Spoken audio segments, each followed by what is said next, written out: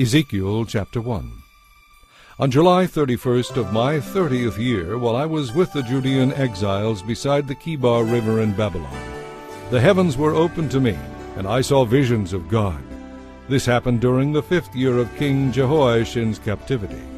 The Lord gave a message to me, Ezekiel son of Buzi, a priest, there beside the Kibar River in the land of the Babylonians, and I felt the hand of the Lord take hold of me.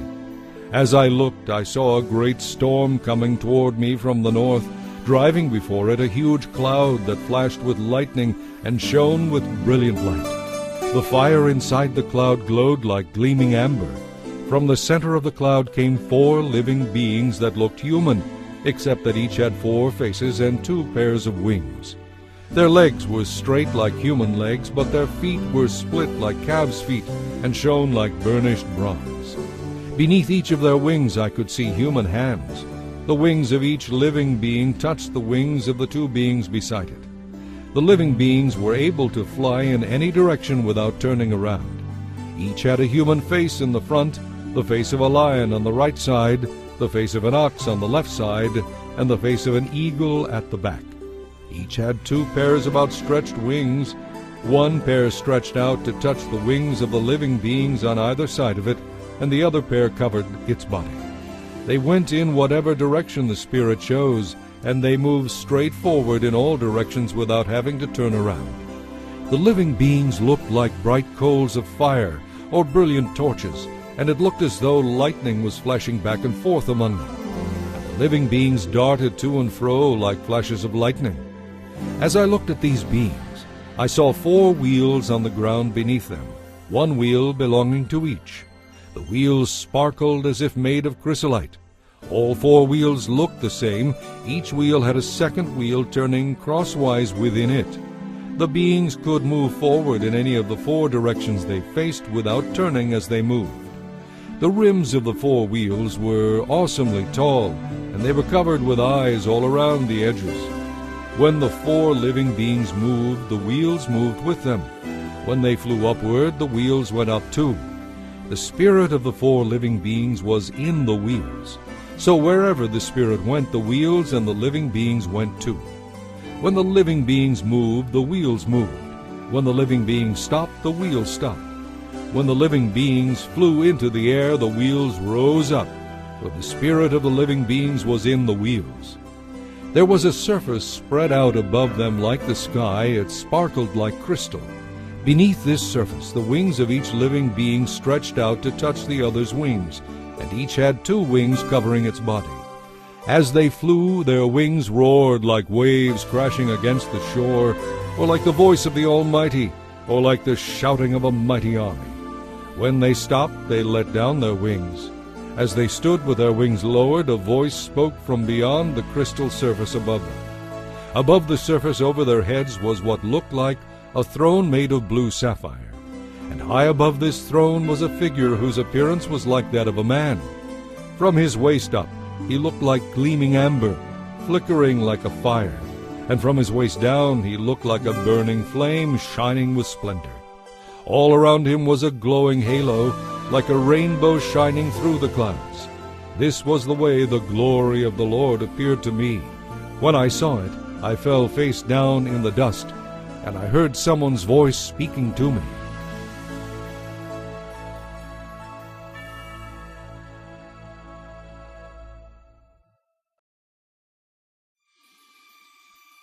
Chapter 2. "Stand up, Son of Man," said the voice. "I want to speak with you." The Spirit came into me as he spoke and set me on my feet. I listened carefully to his words. "Son of man," he said, "I am sending you to the nation of Israel, a nation that is rebelling against me. Their ancestors have rebelled against me from the beginning, and they are still in revolt to this very day. They are a hard-hearted and stubborn people. But I am sending you to say to them, 'This is what the Sovereign Lord says.' And whether they listen or not, for remember they are rebels, at least they will know they have had a prophet among them. Son of man, do not fear them. Don't be afraid, even though their threats are sharp as thorns and barbed like briars, and they sting like scorpions. Do not be dismayed by their dark scowls, for remember they are rebels. You must give them my messages whether they listen or not. But they won't listen, for they are completely rebellious. Son of man, listen to what I say to you. Do not join them in being a rebel. Open your mouth and eat what I give you. Then I looked and saw a hand reaching out to me, and it held a scroll. He unrolled it, and I saw that both sides were covered with funeral songs, other words of sorrow, and pronouncements of doom. Chapter 3. The voice said to me, Son of man, eat what I am giving you, eat this scroll, then go and give its message to the people of Israel. So I opened my mouth, and he fed me the scroll. Eat it all, he said, and when I ate it, it tasted as sweet as honey. Then he said, Son of man, go to the people of Israel with my messages. I am not sending you to some foreign people whose language you cannot understand. No, I am not sending you to people with strange and difficult speech. If I did, they would listen. I am sending you to the people of Israel, but they won't listen to you any more than they listen to me. For the whole lot of them are hard-hearted and stubborn. But look, I have made you as hard and stubborn as they are. I have made you as hard as rock. So don't be afraid of them or fear their angry looks, even though they are such rebels. Then he added, Son of man, let all my words sink deep into your own heart first. Listen to them carefully for yourself. Then go to your people in exile and say to them, This is what the sovereign Lord says. Do this whether they listen or not. Then the Spirit lifted me up, and I heard a loud rumbling sound behind me. May the glory of the Lord be praised in his place. It was the sound of the wings of the living beings as they brushed against each other, and the rumbling of their wheels beneath them. The Spirit lifted me up and took me away. I went in bitterness and turmoil, but the Lord's hold on me was strong. Then I came to the colony of Judean exiles in Tel Abib, beside the Kibar River. I sat there among them for 7 days, overwhelmed. At the end of the 7 days, the Lord gave me a message. He said, Son of man, I have appointed you as a watchman for Israel.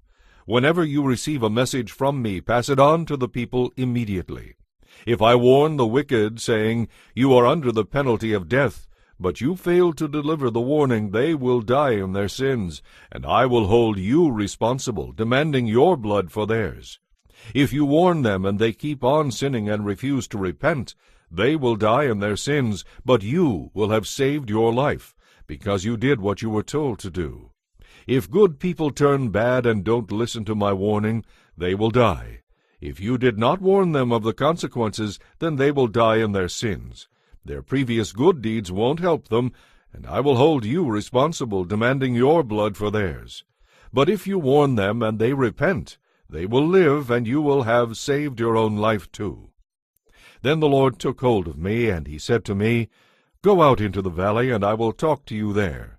So I got up and went, and there I saw the glory of the Lord, just as I had seen it in my first vision by the Kibar River, and I fell face down in the dust. Then the Spirit came into me and set me on my feet. He talked to me and said, Go shut yourself up in your house. There you will be bound with ropes, so you cannot go out among the people. And I will make your tongue stick to the roof of your mouth, so you won't be able to pray for them, for they are rebellious. But whenever I give you a message, I will loosen your tongue and let you speak. Then you will say to them, This is what the sovereign Lord says. Some of them will listen, but some will ignore you, for they are rebels. Chapter 4. And now, Son of man, take a large brick and set it down in front of you. Then draw a map of the city of Jerusalem on it. Build siege ramps against the city walls. Surround it with enemy camps and battering rams. Then take an iron griddle and place it between you and the city. Turn toward it and demonstrate how the enemy will attack Jerusalem. This will be a warning to the people of Israel. Now lie on your left side and place the sins of Israel on yourself. You are to bear their sins for the number of days you lie there on your side. You will bear Israel's sins for 390 days, 1 day for each year of their sin. After that, turn over and lie on your right side for 40 days, 1 day for each year of Judah's sin. Meanwhile, continue your demonstration of the siege of Jerusalem. Lie there with your arm bared and prophesy her destruction. I will tie you up with ropes so you won't be able to turn from side to side until the days of your siege have been completed. Now go and get some wheat, barley, beans, lentils, millet, and spelt, and mix them together in a storage jar.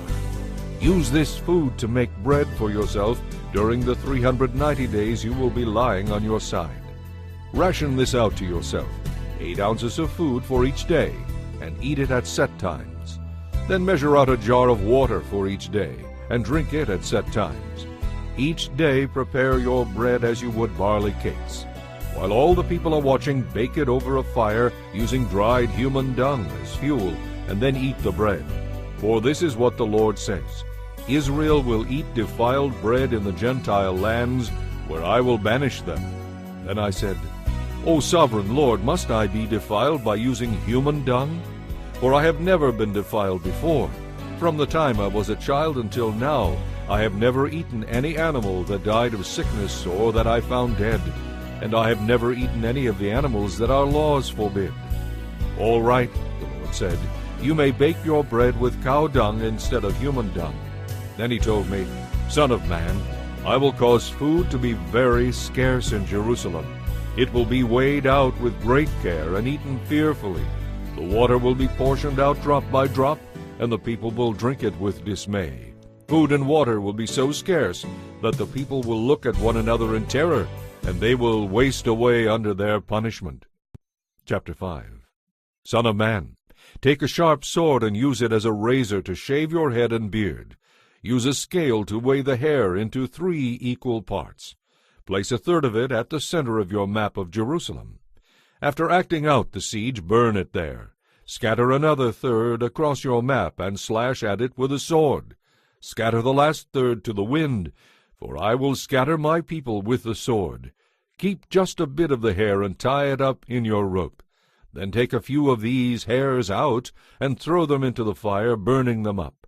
A fire will then spread from this remnant and destroy all of Israel. This is what the sovereign Lord says. This is an illustration of what will happen to Jerusalem.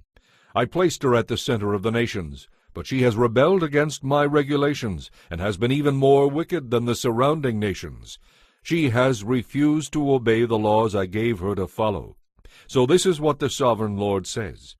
Since you have refused to obey my laws and regulations, and have behaved even worse than your neighbors, I myself, the sovereign Lord, am now your enemy. I will punish you publicly while all the nations watch. Because of your detestable idols, I will punish you more severely than I have punished anyone before or ever will again. Parents will eat their own children, and children will eat their parents. And I will punish you by scattering the few who survive to the far reaches of the earth. As surely as I live, says the sovereign Lord, I will cut you off completely. I will show you no pity at all, because you have defiled my temple with idols and vile practices. A third of your people will die in the city from famine and disease. A third of them will be slaughtered by the enemy outside the city walls. And I will scatter a third to the winds, and chase them with my sword. Then at last my anger will be spent, and I will be satisfied. And when my fury against them has subsided, all Israel will know that I, the Lord, have spoken to them in my jealous anger. So I will turn you into a ruin, a mockery in the eyes of the surrounding nations and to everyone who travels by. You will become an object of mockery and taunting and horror. You will be a warning to all the nations around you.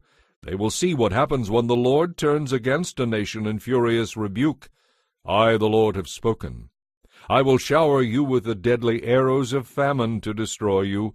The famine will become more and more severe until every crumb of food is gone. And along with the famine, wild animals will attack you, robbing you of your children. Disease and war will stalk your land, and I will bring the sword of the enemy against you. I, the Lord, have spoken. Chapter 6. Again a message came to me from the Lord. Son of man, look over toward the mountains of Israel and prophesy against them. Give the mountains of Israel this message from the sovereign Lord. This is what the sovereign Lord says to the mountains and hills and to the ravines and valleys. I am about to bring war upon you, and I will destroy your pagan shrines. All your altars will be demolished, and your incense altars will be smashed. I will kill your people in front of your idols. I will lay your corpses in front of your idols, and scatter your bones around your altars. Wherever you live there will be desolation. I will destroy your pagan shrines, your altars, your idols, your incense altars, and all the other religious objects you have made. Then when the place is littered with corpses, you will know that I am the Lord. But I will let a few of my people escape destruction, and they will be scattered among the nations of the world. Then when they are exiled among the nations, they will remember me. They will recognize how grieved I am by their unfaithful hearts and lustful eyes that long for other gods. Then at last they will hate themselves for all their wickedness. They will know that I alone am the Lord, and that I was serious when I predicted that all this would happen to them. This is what the Sovereign Lord says. Clap your hands in horror, and stamp your feet. Cry out, Alas, because of all the evil that the people of Israel have done. Now they are going to die from war and famine and disease. Disease will strike down those who are far away in exile. War will destroy those who are nearby, and anyone who survives will be killed by famine. So at last I will spend my fury on them. When their dead lie scattered among their idols and altars, on every hill and mountain, and under every green tree and great oak where they offered incense to their gods, then they will know that I alone am the Lord. I will crush them and make their cities desolate, from the wilderness in the south to Riblah in the north. Then they will know that I am the Lord. Chapter 7. Then this message came to me from the Lord. Son of man, this is what the Sovereign Lord says to Israel. The end is here. Wherever you look, east, west, north, or south, your land is finished. No hope remains, for I will unleash my anger against you. I will call you to account for all your disgusting behavior. I will turn my eyes away and show no pity, repaying you in full for all your evil. Then you will know that I am the Lord. This is what the Sovereign Lord says. With one blow after another, I will bring total disaster. The end has come. It has finally arrived. Your final doom is waiting. O people of Israel, the day of your destruction is dawning. The time has come. The day of trouble is near. It will ring with shouts of anguish, not shouts of joy. Soon I will pour out my fury to complete your punishment for all your disgusting behavior. I will neither spare nor pity you. I will repay you for all your detestable practices. Then you will know that it is I, the Lord, who is striking the blow. The day of judgment is here. Your destruction awaits. The people's wickedness and pride have reached a climax. Their violence will fall back on them as punishment for their wickedness. None of these proud and wicked people will survive. All their wealth will be swept away. Yes, the time has come. The day is here. There is no reason for buyers to rejoice over the bargains they find, or for sellers to grieve over their losses, for all of them will fall under my terrible anger. And if any merchant should survive, they will never return to their business. For what God has said applies to everyone. It will not be changed. Not one person whose life is twisted by sin will recover. The trumpets call Israel's army to mobilize, but no one listens, for my fury is against them all. Any who leave the city walls will be killed by enemy swords. Those who stay inside will die of famine and disease. The few who survive and escape to the mountains will moan like doves, weeping for their sins. Everyone's hands will be feeble, their knees will be as weak as water. They will dress themselves in sackcloth. Horror and shame will cover them. They will shave their heads in sorrow and remorse. They will throw away their money, tossing it out like worthless trash.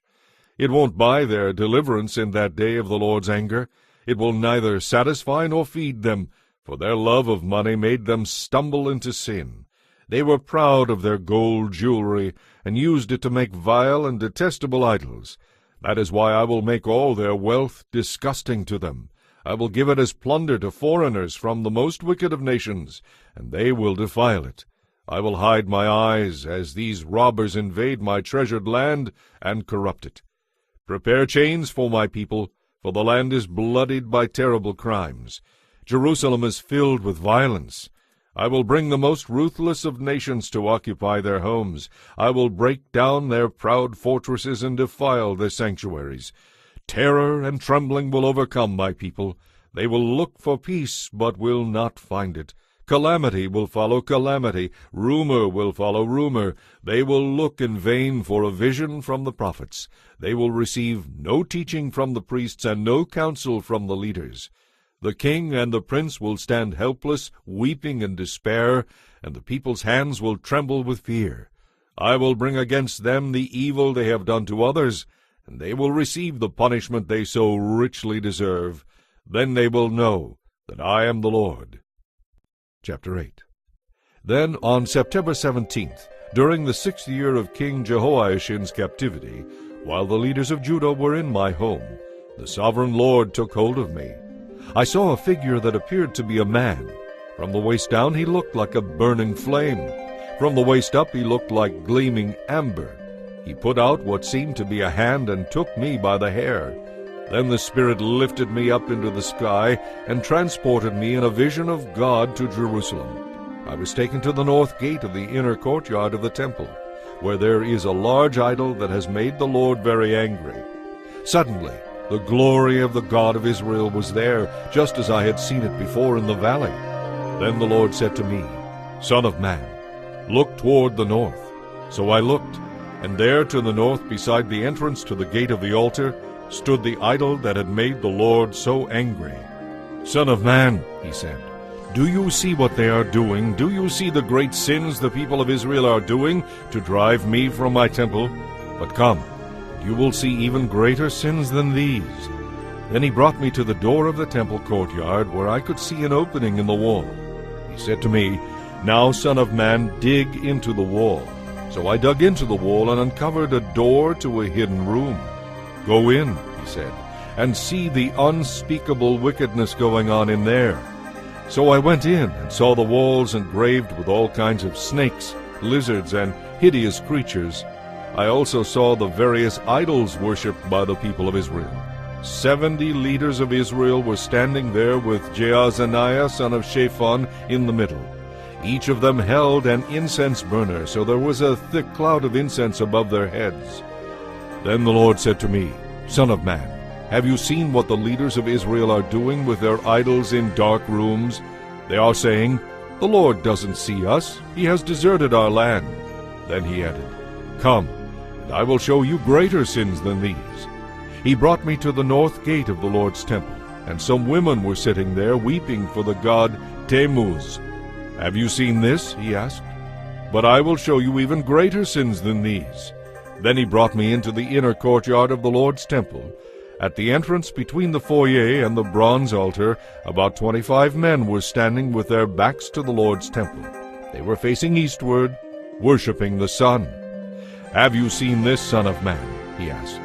Is it nothing to the people of Judah that they commit these terrible sins, leading the whole nation into violence, thumbing their noses at me, and rousing my fury against them? Therefore, I will deal with them in fury. I will neither pity nor spare them, and though they scream for mercy, I will not listen. Chapter 9. Then the Lord thundered, Bring on the men appointed to punish the city. Tell them to bring their weapons with them.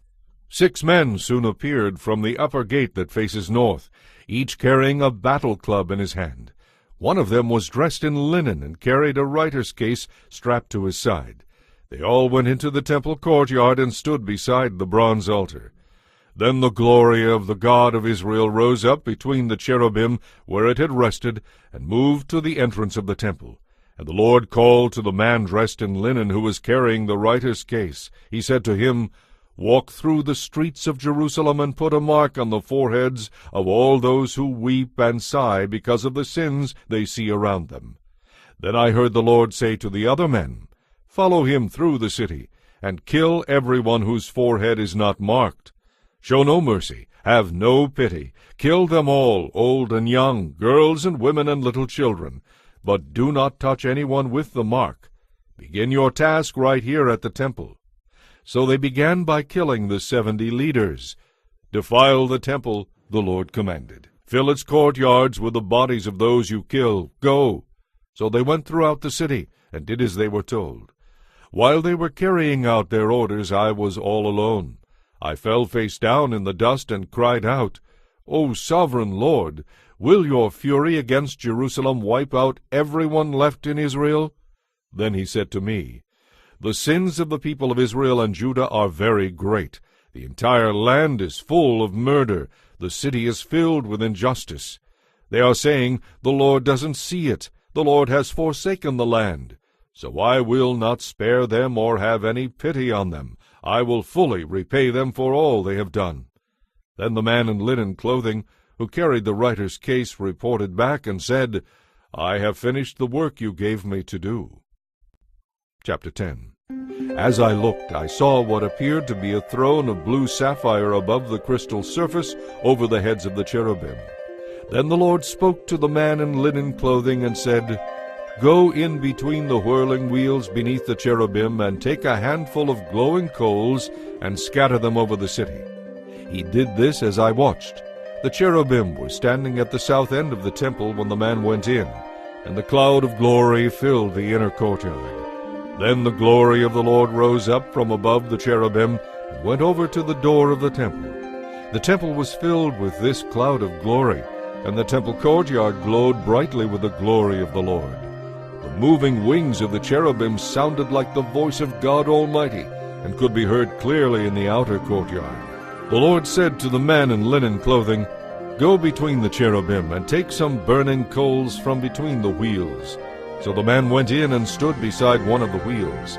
Then one of the cherubim reached out his hand and took some live coals from the fire burning among them. He put the coals into the hands of the man in linen clothing, and the man took them and went out. All the cherubim had what looked like human hands hidden beneath their wings. Each of the 4 cherubim had a wheel beside him, and the wheels sparkled like chrysolite. All 4 wheels looked the same. Each wheel had a second wheel turning crosswise within it. The cherubim could move forward in any of the 4 directions they faced without turning as they moved. They went straight in the direction in which their heads were turned, never turning aside. Both the cherubim and the wheels were covered with eyes. The cherubim had eyes all over their bodies, including their hands, their backs, and their wings. I heard someone refer to the wheels as the whirling wheels. Each of the 4 cherubim had 4 faces. The first was the face of an ox, the second was a human face, the third was the face of a lion, and the fourth was the face of an eagle. Then the cherubim rose upward. These were the same living beings I had seen beside the Kibar River. When the cherubim moved, the wheels moved with them. When they rose into the air, the wheels stayed beside them, going with them as they flew. When the cherubim stood still, the wheels also stopped, for the spirit of the living beings was in the wheels. Then the glory of the Lord moved from the door of the temple and hovered above the cherubim. And as I watched, the cherubim flew with their wheels to the east gate of the Lord's temple, and the glory of the God of Israel hovered above them. These were the same living beings I had seen beneath the God of Israel when I was by the Kibar River.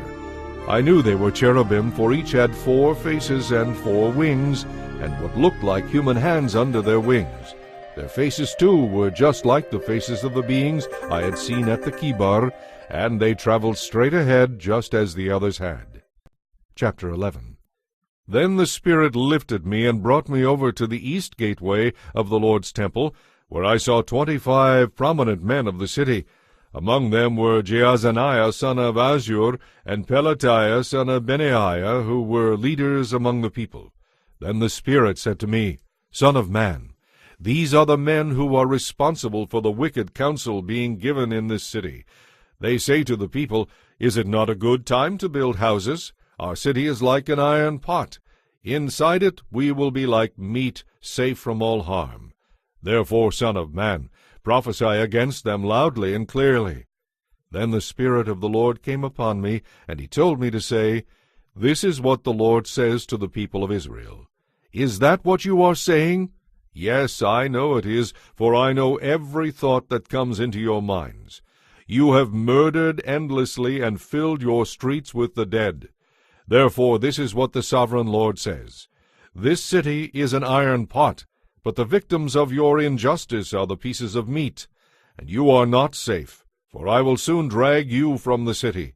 I will expose you to the war you so greatly fear, says the sovereign Lord.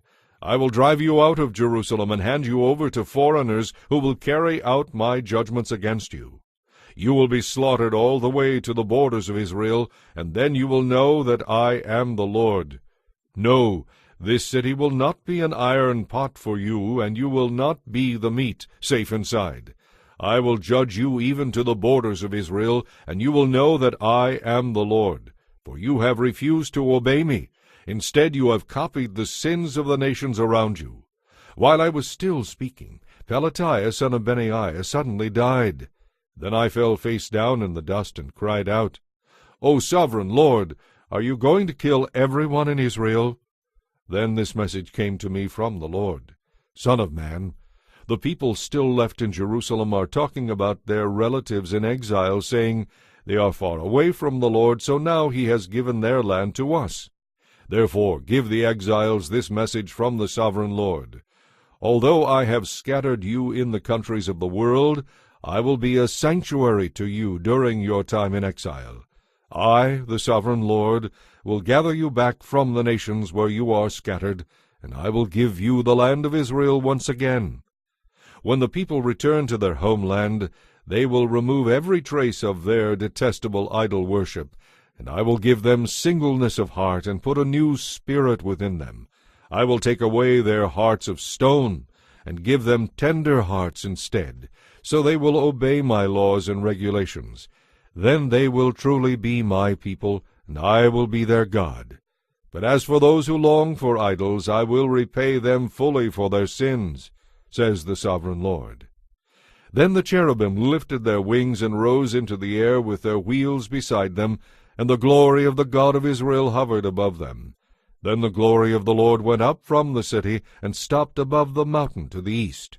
Afterward the Spirit of God carried me back again to Babylonia, to the Judeans in exile there. And so ended the vision of my visit to Jerusalem. And I told the exiles everything the Lord had shown me. Chapter 12. Again a message came to me from the Lord. Son of man, you live among rebels who could see the truth if they wanted to, but they don't want to. They could hear me if they would listen, but they won't listen because they are rebellious. So now put on a demonstration to show them what it will be like to go off into exile. Pack whatever you can carry on your back and leave your home to go on a journey. Make your preparations in broad daylight so the people can see you, for perhaps they will even yet consider what this means, even though they are such rebels. Bring your baggage outside during the day so they can watch you. Then as they are watching, leave your house in the evening, just as captives do when they begin a long march to distant lands. Dig a hole through the wall while they are watching, and carry your possessions out through it. As they watch, lift your pack to your shoulders and walk away into the night. Cover your face and don't look around. All of these actions will be a sign for the people of Israel. So I did as I was told. In broad daylight I brought my pack outside, filled with the things I might carry into exile. Then in the evening, while the people looked on, I dug through the wall with my hands and went out into the darkness with my pack on my shoulder. The next morning this message came to me from the Lord. Son of man, these rebels, the people of Israel, have asked you what all this means. Say to them, this is what the sovereign Lord says. These actions contain a message for Zedekiah in Jerusalem and for all the people of Israel. Then explain that your actions are a demonstration of what will soon happen to them, for they will be driven from their homes and sent away into exile. Even Zedekiah will leave Jerusalem at night through a hole in the wall, taking only what he can carry with him. He will cover his face, and his eyes will never see his homeland again. Then I will spread out my net and capture him in my snare. I will bring him to Babylon, the land of the Babylonians, though he will never see it, and he will die there. I will scatter his servants and guards to the four winds, and send the sword after them. When I scatter them among the nations, they will know that I am the Lord. But I will spare a few of them from death by war, famine, or disease, so they can confess to their captors about how wicked they have been. Then they will know that I am the Lord. Then this message came to me from the Lord. Son of man, tremble as you eat your food. Drink your water with fear, as if it were your last. Give the people this message from the sovereign Lord concerning those living in Israel and Jerusalem. They will eat their food with trembling and sip their tiny portions of water in utter despair, because their land will be stripped bare on account of their violence. The cities will be destroyed and the farmland deserted. Then you will know that I am the Lord. Again a message came to me from the Lord. Son of man, what is that proverb they quote in Israel? Time passes making a liar of every prophet. Give the people this message from the sovereign Lord. I will put an end to this proverb, and you will soon stop quoting it. Now give them this new proverb to replace the old one. The time has come for every prophecy to be fulfilled. Then you will see what becomes of all the false visions and misleading predictions about peace in Israel. For I am the Lord. What I threaten always happens. There will be no more delays, you rebels of Israel. I will fulfill my threat of destruction in your own lifetime, says the sovereign Lord. Then this message came to me from the Lord. Son of man, the people of Israel are saying, his visions won't come true for a long, long time. Therefore give them this message from the sovereign Lord. No more delay. I will now do everything I have threatened. I, the sovereign Lord, have spoken. Chapter 13. Then this message came to me from the Lord. Son of man, speak against the false prophets of Israel who are inventing their own prophecies. Tell them to listen to the word of the Lord. This is what the sovereign Lord says. Destruction is certain for the false prophets who are following their own imaginations and have seen nothing at all. O people of Israel, these prophets of yours are like jackals digging around in the ruins. They have done nothing to strengthen the breaks in the walls around the nation. They have not helped it to stand firm in battle on the day of the Lord. Instead, they have lied and said, My message is from the Lord, even though the Lord never sent them. And yet they expect him to fulfill their prophecies. Can your visions be anything but false if you claim, This message is from the Lord, when I have not even spoken to you? Therefore this is what the sovereign Lord says. Because what you say is false, and your visions are a lie, I will stand against you, says the sovereign Lord. I will raise my fist against all the lying prophets, and they will be banished from the community of Israel. I will blot their names from Israel's record books, and they will never again see their own land. Then you will know that I am the sovereign Lord. These evil prophets deceive my people by saying, All is peaceful, when there is no peace at all. It's as if the people have built a flimsy wall, and these prophets are trying to hold it together by covering it with whitewash. Tell these whitewashers that their wall will soon fall down. A heavy rainstorm will undermine it. Great hailstones and mighty winds will knock it down. And when the wall falls, the people will cry out, Where is the whitewash you applied? Therefore, this is what the sovereign Lord says. I will sweep away your whitewashed walls with a storm of indignation, with a great flood of anger, and with hailstones of fury. I will break down your wall right to the foundation, and when it falls, it will crush you. Then you will know that I am the Lord.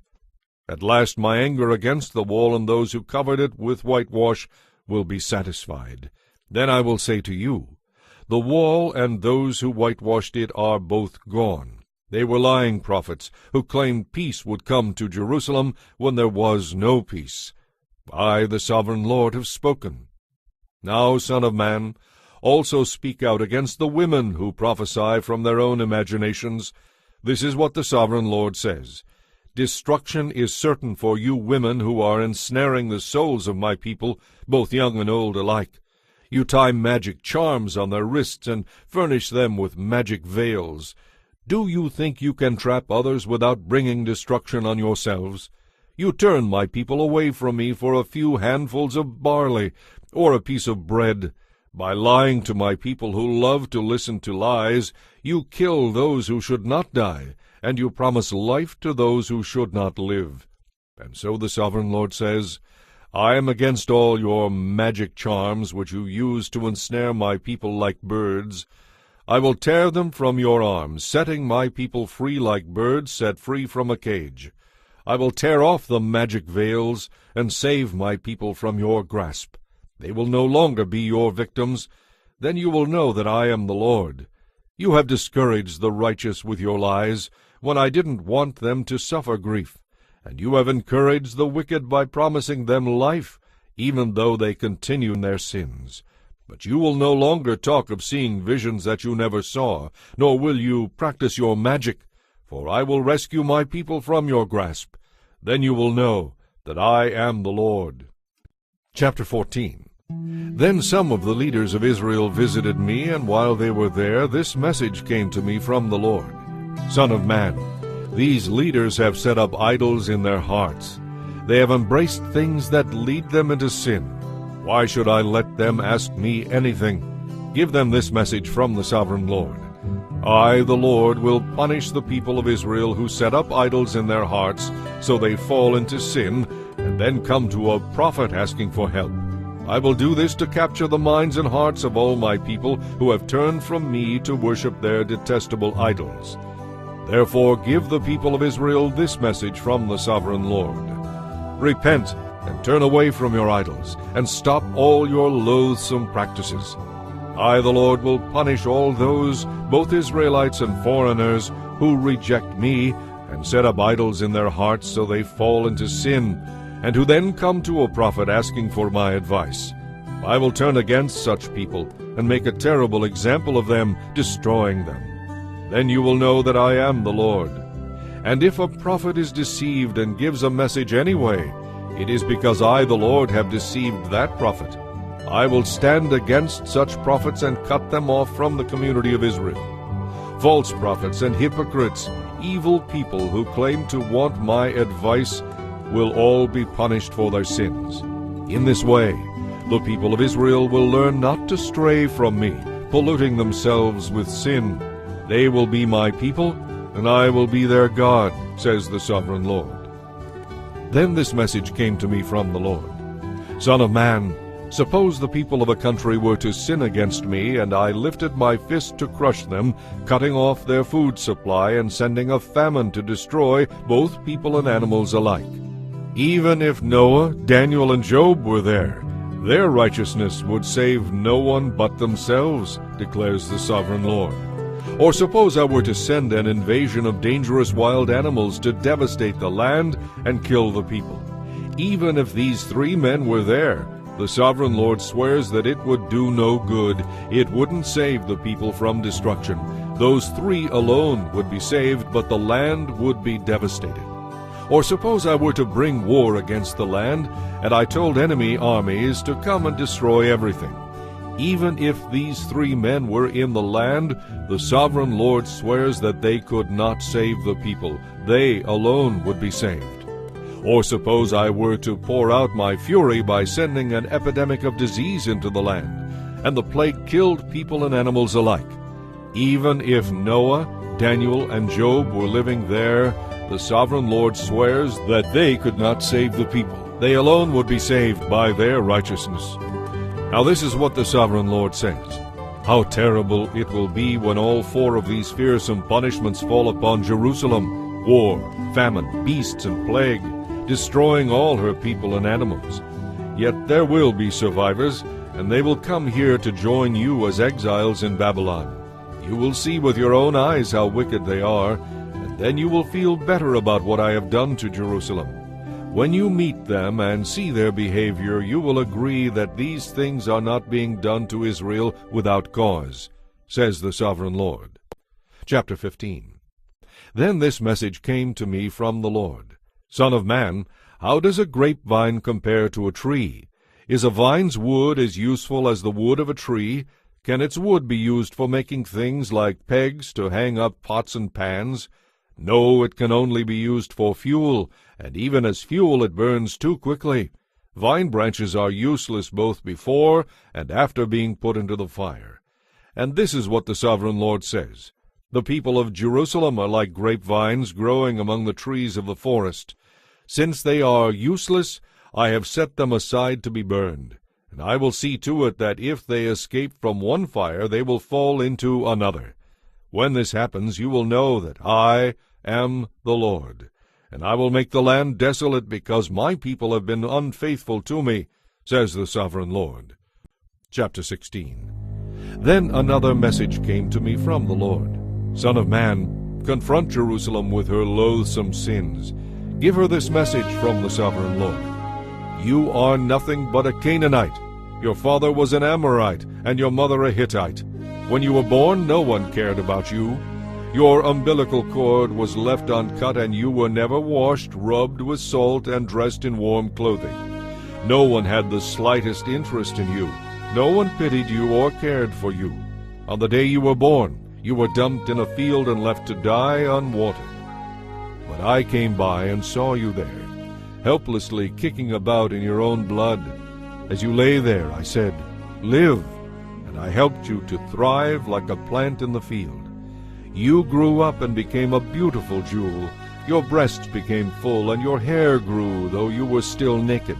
And when I passed by and saw you again, you were old enough to be married. So I wrapped my cloak around you to cover your nakedness and declared my marriage vows. I made a covenant with you, says the Sovereign Lord, and you became mine. Then I bathed you and washed off your blood, and I rubbed fragrant oils into your skin. I gave you expensive clothing of linen and silk, beautifully embroidered, and sandals made of fine leather. I gave you lovely jewelry, bracelets, and beautiful necklaces, a ring for your nose, and earrings for your ears, and a lovely crown for your head. And so you were made beautiful with gold and silver. Your clothes were made of fine linen, and were beautifully embroidered. You ate the finest foods, fine flour, honey, and olive oil, and became more beautiful than ever. You looked like a queen, and so you were. Your fame soon spread throughout the world on account of your beauty, because the splendor I bestowed on you perfected your beauty, says the Sovereign Lord. But you thought you could get along without me. So you trusted instead in your fame and beauty. You gave yourself as a prostitute to every man who came along. Your beauty was theirs for the asking. You used the lovely things I gave you to make shrines for idols, where you carried out your acts of prostitution. Unbelievable! How could such a thing ever happen? You took the very jewels and gold and silver ornaments I had given you, and made statues of men and worshipped them, which is adultery against me. You used the beautifully embroidered clothes I gave you to cover your idols. Then you used my oil and incense to worship them. Imagine it. You set before them as a lovely sacrifice the fine flour and oil and honey I had given you, says the Sovereign Lord. Then you took your sons and daughters, the children you had borne to me, and sacrificed them to your gods. Was it not enough that you should be a prostitute? Must you also slaughter my children by sacrificing them to idols? In all your years of adultery and loathsome sin, you have not once thought of the days long ago when you lay naked in a field, kicking about in your own blood. Your destruction is certain, says the Sovereign Lord. In addition to all your other wickedness, you built a pagan shrine and put altars to idols in every town square. On every street corner you defiled your beauty, offering your body to every passer-by in an endless stream of prostitution. Then you added lustful Egypt to your lovers, fanning the flames of my anger with your increasing promiscuity. That is why I struck you with my fist and reduced your boundaries. I handed you over to your enemies, the Philistines, and even they were shocked by your lewd conduct. You have prostituted yourselves with the Assyrians too. It seems you can never find enough new lovers. And after your prostitution there, you still were not satisfied. You added to your lovers by embracing that great merchant land of Babylonia. But you still weren't satisfied. What a sick heart you have, says the Sovereign Lord, to do such things as these, acting like a shameless prostitute. You build your pagan shrines on every street corner, and your altars to idols in every square. You have been worse than a prostitute, so eager for sin that you have not even demanded payment for your love. Yes, you are an adulterous wife who takes in strangers instead of her own husband. Prostitutes charge for their services, but not you. You give gifts to your lovers, bribing them to come to you. So you are the opposite of other prostitutes. No one pays you. Instead, you pay them. Therefore, you prostitute, listen to this message from the Lord. This is what the sovereign Lord says. Because you have exposed yourself in prostitution to all your lovers, and because you have worshipped detestable idols, and because you have slaughtered your children as sacrifices to your gods, this is what I am going to do.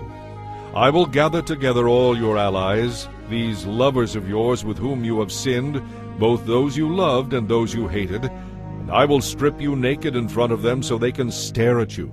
I will punish you for your murder and adultery. I will cover you with blood in my jealous fury. Then I will give you to your lovers, these many nations, and they will destroy you. They will knock down your pagan shrines and the altars to your idols. They will strip you and take your beautiful jewels, leaving you completely naked and ashamed.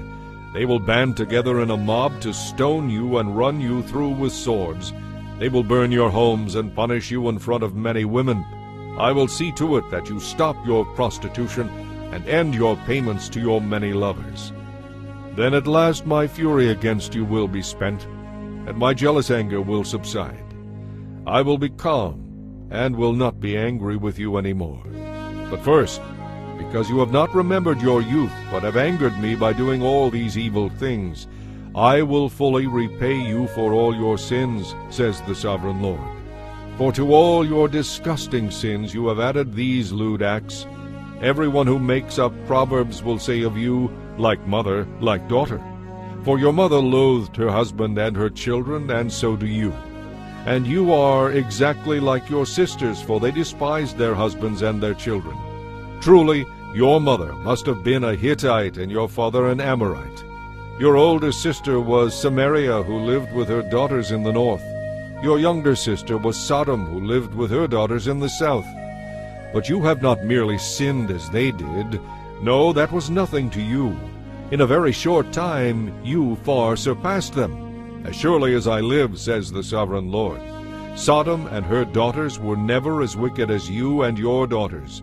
Sodom's sins were pride, laziness, and gluttony, while the poor and needy suffered outside her door. She was proud and did loathsome things, so I wiped her out, as you have seen. Even Samaria did not commit half your sins. You have done far more loathsome things than your sisters ever did. They seem righteous compared to you. You should be deeply ashamed because your sins are so terrible. In comparison, you make your sisters seem innocent. But someday I will restore the fortunes of Sodom and Samaria, and I will restore you too. Then you will be truly ashamed of everything you have done, for your sins make them feel good in comparison. Yes, your sisters, Sodom and Samaria, and all their people will be restored, and at that time you also will be restored.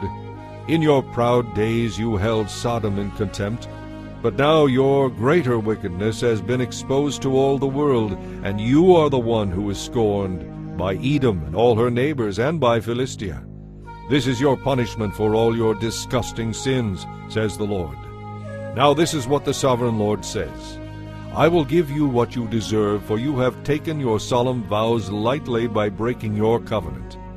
Yet I will keep the covenant I made with you when you were young, and I will establish an everlasting covenant with you. Then you will remember with shame all the evil you have done. I will make your sisters Samaria and Sodom to be your daughters, even though they are not part of our covenant. And I will reaffirm my covenant with you, and you will know that I am the Lord. You will remember your sins and cover your mouth in silence and shame when I forgive you of all that you have done, says the sovereign Lord. Chapter 17. Then this message came to me from the Lord. Son of man, tell this story to the people of Israel. Give them this message from the sovereign Lord. A great eagle with broad wings full of many-colored feathers came to Lebanon. He took hold of the highest branch of a cedar tree and plucked off its topmost shoot. Then he carried it away to a city filled with merchants, where he planted it. Then he planted one of its seedlings in fertile ground beside a broad river, where it would grow as quickly as a willow tree. It took root there and grew into a low, spreading vine. Its branches turned up toward the eagle, and its roots grew down beneath it. It soon produced strong branches and luxuriant leaves. But then another great eagle with broad wings and full plumage came along. So the vine sent its roots and branches out toward him for water.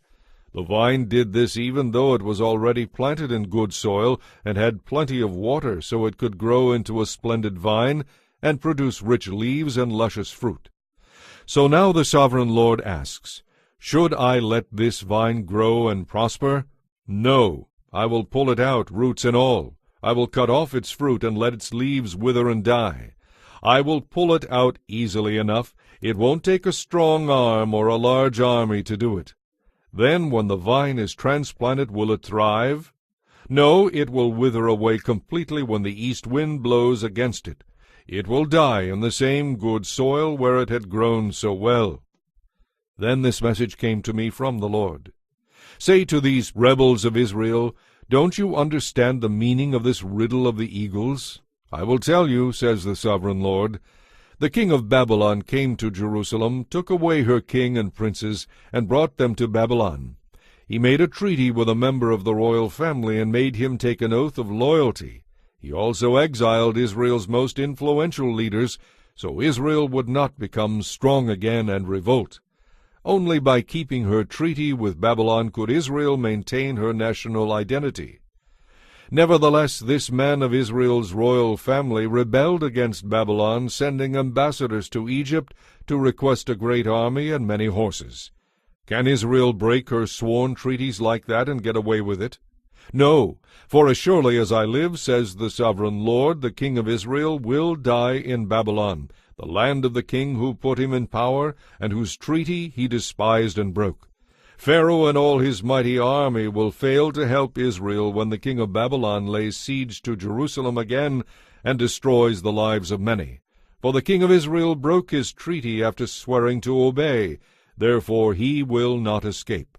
So this is what the sovereign Lord says, as surely as I live, I will punish him for breaking my covenant and despising the solemn oath he made in my name.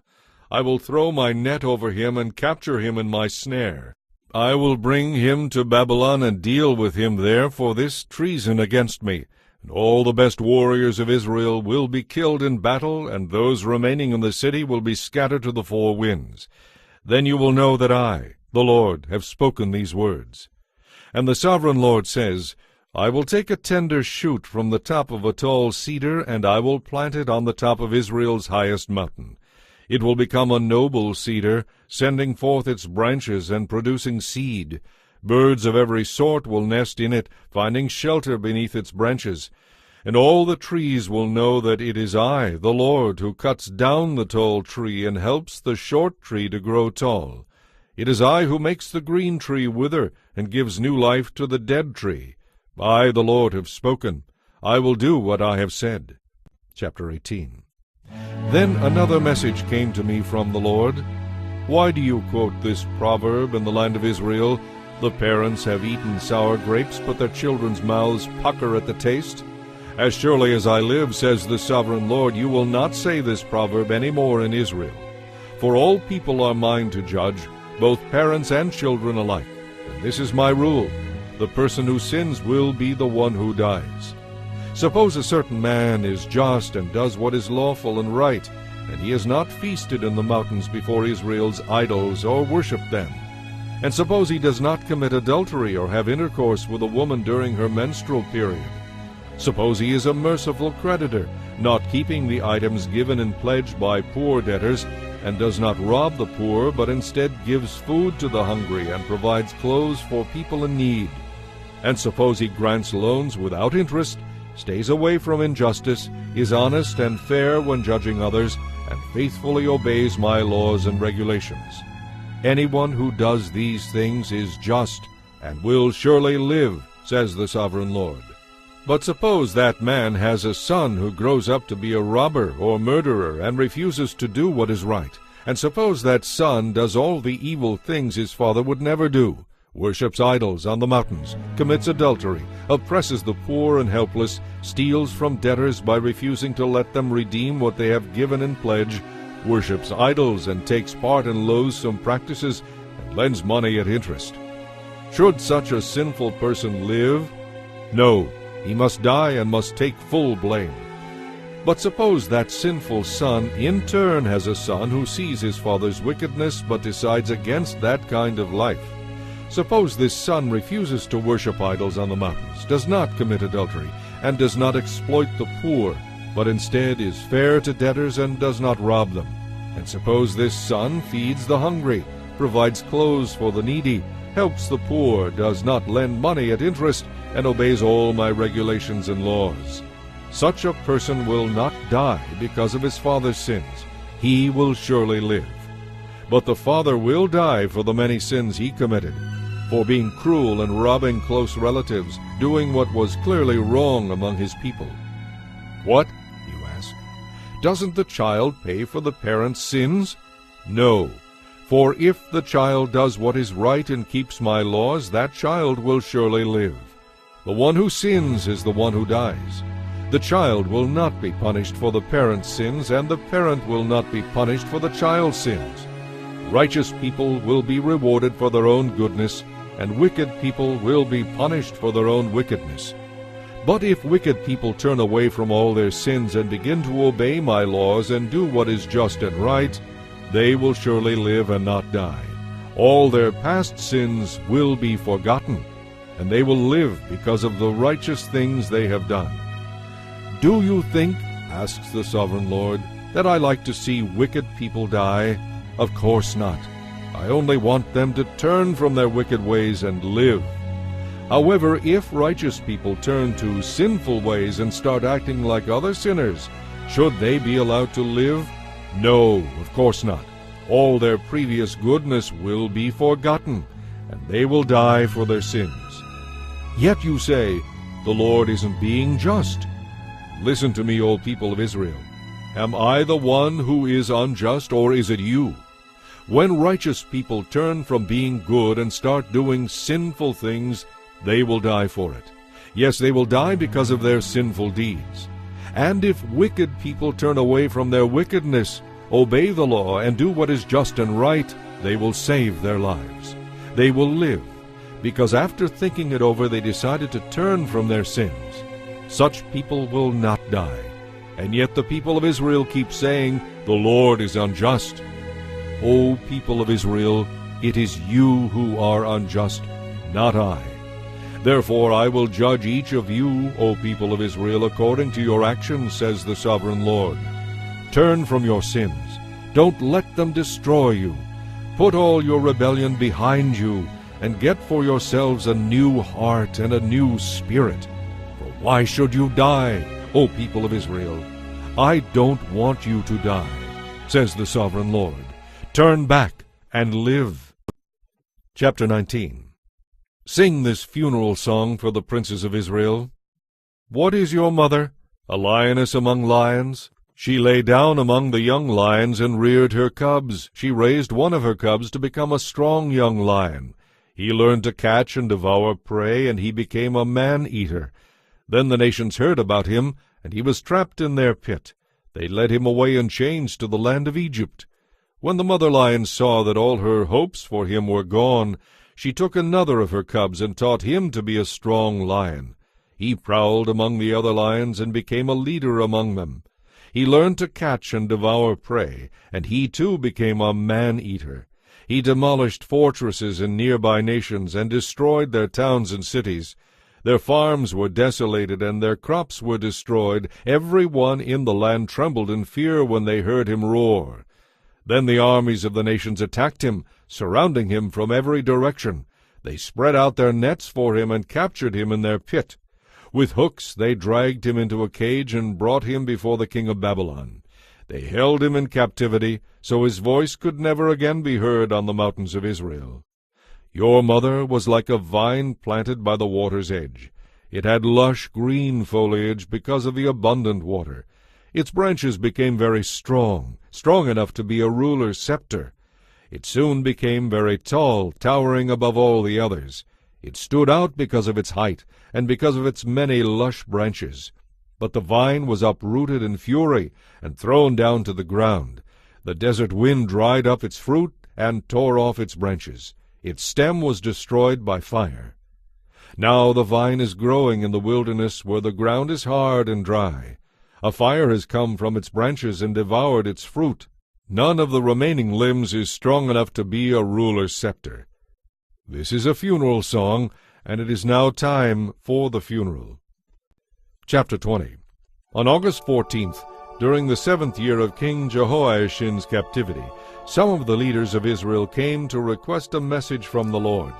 They sat down in front of me to wait for his reply. Then this message came to me from the Lord.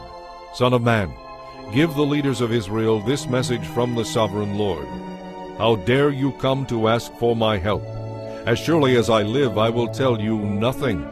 This is the word of the sovereign Lord. Son of man, bring judgment against them and condemn them. Make them realize how loathsome the actions of their ancestors really were. Give them this message from the sovereign Lord. When I chose Israel and revealed myself to her in Egypt, I swore that I, the Lord, would be her God. I promised that I would bring her and her descendants out of Egypt to a land I had discovered and explored for them, a good land, a land flowing with milk and honey, the best of all lands anywhere. Then I said to them, each of you, get rid of your idols. Do not defile yourselves with the Egyptian gods, for I am the Lord your God. But they rebelled against me and would not listen. They did not get rid of their idols or forsake the gods of Egypt. Then I threatened to pour out my fury on them to satisfy my anger while they were still in Egypt. But I didn't do it, for I acted to protect the honor of my name. That way the surrounding nations wouldn't be able to laugh at Israel's God, who had promised to deliver his people. So I brought my people out of Egypt and led them into the wilderness. There I gave them my laws, so they could live by keeping them. Yes, all those who keep them will live. And I gave them my Sabbath days of rest as a sign between them and me. It was to remind them that I, the Lord, had set them apart to be holy, making them my special people. But the people of Israel rebelled against me, and they refused to obey my laws there in the wilderness. They wouldn't obey my instructions, even though obedience would have given them life. And they also violated my Sabbath days. So I threatened to pour out my fury on them, and I made plans to utterly consume them in the desert. But again I held back, in order to protect the honor of my name. That way the nations who saw me lead my people out of Egypt wouldn't be able to claim I destroyed them because I couldn't take care of them. But I swore to them in the wilderness that I would not bring them into the land I had given them, a land flowing with milk and honey, the most beautiful place on earth. I told them this because they had rejected my laws, ignored my will for them, and violated my Sabbath days. Their hearts were given to their idols. Nevertheless I pitied them and held back from destroying them in the wilderness. Then I warned their children and told them not to follow in their parents' footsteps, defiling themselves with their idols. I am the Lord your God, I told them. Follow my laws, pay attention to my instructions, and keep my Sabbath days holy, for they are a sign to remind you that I am the Lord your God. But their children too rebelled against me. They refused to keep my laws and follow my instructions, even though obeying them would have given them life. And they also violated my Sabbath days. So again I threatened to pour out my fury on them in the wilderness. Nevertheless, I withdrew my judgment against them to protect the honor of my name among the nations who had seen my power in bringing them out of Egypt. But I took a solemn oath against them while they were in the wilderness. I vowed I would scatter them among all the nations, because they did not obey my laws. They scorned my instructions by violating my Sabbath days and longing for the idols of their ancestors. I gave them over to worthless customs and laws that would not lead to life.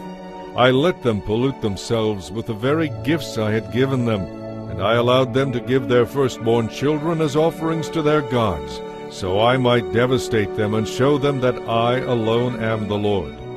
Therefore, Son of man, give the people of Israel this message from the sovereign Lord. Your ancestors continued to blaspheme and betray me, for when I brought them into the land I had promised them, they offered sacrifices and incense on every high hill and under every green tree they saw. They roused my fury as they offered up sacrifices to their gods. They brought their perfumes and incense and poured out their drink offerings to them. I said to them, "What is this high place where you are going?" This idol shrine has been called Bema, high place ever since. Therefore give the people of Israel this message from the sovereign Lord. Do you plan to pollute yourselves just as your ancestors did? Do you intend to keep prostituting yourselves by worshiping detestable idols? For when you offer gifts to them and give your little children to be burned as sacrifices, you continue to pollute yourselves to this day. Should I listen to you or help you, O people of Israel? As surely as I live, says the sovereign Lord, I will not give you a message even though you have come to me requesting one. You say, "We want to be like the nations all around us who serve idols of wood and stone." But what you have in mind will never happen. As surely as I live, says the sovereign Lord, I will rule you with an iron fist in great anger and with awesome power. With might and fury I will bring you out from the lands where you are scattered. I will bring you into the wilderness of the nations, and there I will judge you face to face. I will judge you there just as I did your ancestors in the wilderness after bringing them out of Egypt, says the sovereign Lord. I will count you carefully and hold you to the terms of the covenant. I will purge you of all those who rebel and sin against me. I will bring them out of the countries where they are in exile, but they will never enter the land of Israel. And when that happens, you will know that I am the Lord. As for you, O people of Israel, this is what the sovereign Lord says. If you insist, go right ahead and worship your idols, but then don't turn around and bring gifts to me. Such desecration of my holy name must stop. For on my holy mountain, says the sovereign Lord, the people of Israel will someday worship me, and I will accept them. There I will require that you bring me all your offerings and choice gifts and sacrifices. When I bring you home from exile, you will be as pleasing to me as an offering of perfumed incense. And I will display my holiness in you as all the nations watch. Then, when I have brought you home to the land I promised your ancestors, you will know that I am the Lord. You will look back at all your sins and hate yourselves because of the evil you have done. You will know that I am the Lord, O people of Israel, when I have honored my name by treating you mercifully in spite of your wickedness, says the sovereign Lord. Then this message came to me from the Lord. Son of man, look toward the south and speak out against it. Prophesy against the fields of the Negev. Give the southern wilderness this message from the sovereign Lord. Hear the word of the Lord. I will set you on fire, O forest, and every tree will be burned, green and dry trees alike. The terrible flames will not be quenched. They will scorch everything from south to north. And all the world will see that I, the Lord, have set this fire. It will not be put out. Then I said, O sovereign Lord, they are saying of me, he only talks in riddles. Chapter 21. Then this message came to me from the Lord. Son of man, look toward Jerusalem and prophesy against Israel and her sanctuaries. Give her this message from the Lord. I am your enemy, O Israel, and I am about to unsheath my sword to destroy your people, the righteous and the wicked alike. Yes, I will not spare even the righteous. I will make a clean sweep throughout the land from south to north. All the world will know that I am the Lord. My sword is in my hand, and it will not return to its sheath until its work is finished. Son of man, groan before the people, groan before them with bitter anguish and a broken heart. When they ask you why, tell them, I groan because of the terrifying news I have heard. When it comes true, the boldest heart will melt with fear. All strength will disappear. Every spirit will faint. Strong knees will tremble and become as weak as water. And the sovereign Lord says, It is coming. It's on its way." Then the Lord said to me, "Son of man, give the people this message from the Lord. A sword is being sharpened and polished. It is being prepared for terrible slaughter. It will flash like lightning. Now will you laugh? Those far stronger than you have fallen beneath its power. Yes, the sword is now being sharpened and polished. It is being prepared for the executioner. Son of man, cry out and wail. Pound your thighs in anguish, for that sword will slaughter my people and their leaders. Every one will die. It will put them all to the test. So now the sovereign Lord asks, what chance do they have? Son of man, prophesy to them, and clap your hands vigorously. Then take the sword and brandish it twice, even 3 times, to symbolize the great massacre they will face. Let their hearts melt with terror, for the sword glitters at every gate. It flashes like lightning. It is polished for slaughter. O sword, slash to the right and slash to the left, wherever you will, wherever you want. I too will clap my hands, and I will satisfy my fury. I, the Lord, have spoken. Then this message came to me from the Lord. Son of man, make a map and trace 2 routes on it for the sword of Babylon's king to follow. Put a signpost on the road that comes out of Babylon, where the road forks into 2. One road going to Ammon and its capital, Riblah, and the other to Judah and fortified Jerusalem. The king of Babylon now stands at the fork, uncertain whether to attack Jerusalem or Riblah. He will call his magicians to use divination. They will cast lots by shaking arrows from the quiver. They will inspect the livers of their animal sacrifices. Then they will decide to turn toward Jerusalem. With battering rams they will go against the gates, shouting for the kill. They will put up siege towers and build ramps against the walls to reach the top. The people of Jerusalem will think it is a mistake because of their treaty with the Babylonians. But the king of Babylon will remind the people of their rebellion. Then he will attack and capture them.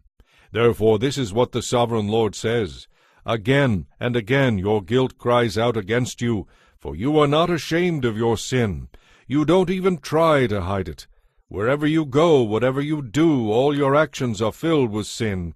So now the time of your punishment has come. O you corrupt and wicked prince of Israel, your final day of reckoning is here. Take off your jeweled crown, says the sovereign Lord. The old order changes. Now the lowly are exalted, and the mighty are brought low. Destruction, destruction! I will surely destroy the kingdom, and it will not be restored until the one appears who has the right to judge it. Then I will hand it over to him. And now, son of man, prophesy concerning the Ammonites and their mockery. Give them this message from the sovereign Lord. My sword is drawn for your slaughter. It is sharpened to destroy, flashing like lightning. Your magicians and false prophets have given false visions and told lies about the sword, and now it will fall with even greater force on the wicked for whom the day of final reckoning has come. Should I return my sword to its sheath before I deal with you? No, I will destroy you in your own country, the land of your birth. I will pour out my fury on you and blow on you with the fire of my anger. I will hand you over to cruel men who are skilled in destruction. You are fuel for the fire, and your blood will be spilled in your own land. You will be utterly wiped out, your memory lost to history. I, the Lord, have spoken. Chapter 22. Now this message came to me from the Lord. Son of man, are you ready to judge Jerusalem? Are you ready to judge this city of murderers? Denounce her terrible deeds in public, and give her this message from the sovereign Lord. O city of murderers, doomed and damned, city of idols, filthy and foul, you are guilty of both murder and idolatry. Your day of destruction has come. You have reached the end of your years. I will make you an object of mockery throughout the world. O infamous city filled with confusion, you will be mocked by people both far and near. Every leader in Israel who lives within your walls is bent on murder. Fathers and mothers are contemptuously ignored. Resident foreigners are forced to pay for protection. Orphans and widows are wronged and oppressed. Inside your walls you despise my holy things and violate my Sabbath days of rest. People accuse others falsely and send them to their death. You are filled with idol worshippers and people who take part in lewd activities. Men sleep with their fathers' wives and have intercourse with women who are menstruating. Within your walls live men who commit adultery with their neighbors' wives, who defile their daughters-in-law, or who rape their own sisters. There are hired murderers, loan racketeers, and extortioners everywhere. They never even think of me and my commands, says the Sovereign Lord. But now I clap my hands in indignation over your dishonest gain and bloodshed. How strong and courageous will you be in my day of reckoning? I, the Lord, have spoken. I will do what I have said. I will scatter you among the nations and purge you of your wickedness. And when you have been dishonored among the nations, you will know that I am the Lord. Then this message came to me from the Lord. Son of man, the people of Israel are the worthless slag that remains after silver is smelted. They are the dross that is left over, a useless mixture of copper, tin, iron, and lead. So give them this message from the Sovereign Lord. Because you are all worthless slag, I will bring you to my crucible in Jerusalem. I will melt you down in the heat of my fury, just as copper, tin, iron, and lead are melted down in a furnace. I will gather you together and blow the fire of my anger upon you, and you will melt like silver in fierce heat. Then you will know that I, the Lord, have poured out my fury on you. Again a message came to me from the Lord. Son of man, give the people of Israel this message. In the day of my indignation you will become like an uncleared wilderness or a desert without rain. Your princes plot conspiracies just as lions stalk their prey. They devour innocent people, seizing treasures and extorting wealth. They increase the number of widows in the land. Your priests have violated my laws and defiled my holy things. To them there is no difference between what is holy and what is not, and they do not teach my people the difference between what is ceremonially clean and unclean. They disregard my Sabbath days, so that my holy name is greatly dishonored among them. Your leaders are like wolves who tear apart their victims. They actually destroy people's lives for profit. And your prophets announce false visions and speak false messages. They say, my message is from the Sovereign Lord, when the Lord hasn't spoken a single word to them. They repair cracked walls with whitewash. Even common people oppress the poor, rob the needy, and deprive foreigners of justice. I looked for someone who might rebuild the wall of righteousness that guards the land. I searched for someone to stand in the gap in the wall so I wouldn't have to destroy the land, but I found no one. So now I will pour out my fury on them, consuming them in the fire of my anger. I will heap on them the full penalty for all their sins, says the Sovereign Lord. Chapter 23. This message came to me from the Lord. Son of man, once there were two sisters who were daughters of the same mother. They became prostitutes in Egypt. Even as young girls they allowed themselves to be fondled and caressed. The older girl was named Aholah, and her sister was Aholibah. I married them, and they bore me sons and daughters. I am speaking of Samaria and Jerusalem, for Aholah is Samaria, and Aholibah is Jerusalem. Then Aholah lusted after other lovers instead of me, and she gave her love to the Assyrians, her neighbors. They were all attractive young men, captains and commanders, dressed in handsome blue, dashing about on their horses. And so she prostituted herself with the most desirable men of Assyria, worshipping their idols and defiling herself. For when she left Egypt, she did not leave her spirit of prostitution behind. She was still as lewd as in her youth, when the Egyptians satisfied their lusts with her and robbed her of her virginity. And so I handed her over to her Assyrian lovers, whom she desired so much. They stripped her and killed her and took away her children as their slaves. Her name was known to every woman in the land as a sinner who had received what she deserved. Yet even though Aholibah saw what had happened to Aholah, her sister, she followed right in her footsteps, and she was even more depraved, abandoning herself to her lust and prostitution. She fawned over her Assyrian neighbors, those handsome young men on fine horses, those captains and commanders in handsome uniforms, all of them desirable. I saw the way she was going, defiling herself just like her older sister, Then she carried her prostitution even further. She fell in love with pictures that were painted on a wall. Pictures of Babylonian military officers outfitted in striking red uniforms. Handsome belts encircled their waists, and flowing turbans crowned their heads. They were dressed like chariot officers from the land of Babylonia. When she saw these paintings, she longed to give herself to them. So she sent messengers to Babylonia to invite them to come to her. So they came and committed adultery with her, defiling her in the bed of love. But later she became disgusted with them and broke off their relationship. So I became disgusted with Oholibah, just as I was with her sister, because she flaunted herself before them and gave herself to satisfy their lusts. But that didn't bother her. She turned to even greater prostitution, remembering her youth when she was a prostitute in Egypt. She lusted after lovers whose attentions were gross and bestial. And so, Oholibah, you celebrated your former days as a young girl in Egypt when you first allowed yourself to be fondled and caressed. Therefore, Oholibah, this is what the sovereign Lord says: I will send your lovers against you, those very nations from which you turned away in disgust. For the Babylonians will come with all the Chaldeans from Pekod and Shoa and Koa, and all the Assyrians will come with them, handsome young captains, commanders, chariot officers, and other high-ranking officers riding their horses. They will all come against you from the north with chariots, wagons, and a great army fully prepared for attack. They will take up positions on every side, surrounding you with men armed for battle. And I will hand you over to them so they can do with you as they please. I will turn my jealous anger against you, and they will deal furiously with you. They will cut off your nose and ears, and any survivors will then be slaughtered by the sword. Your children will be taken away as captives, and everything that is left will be burned.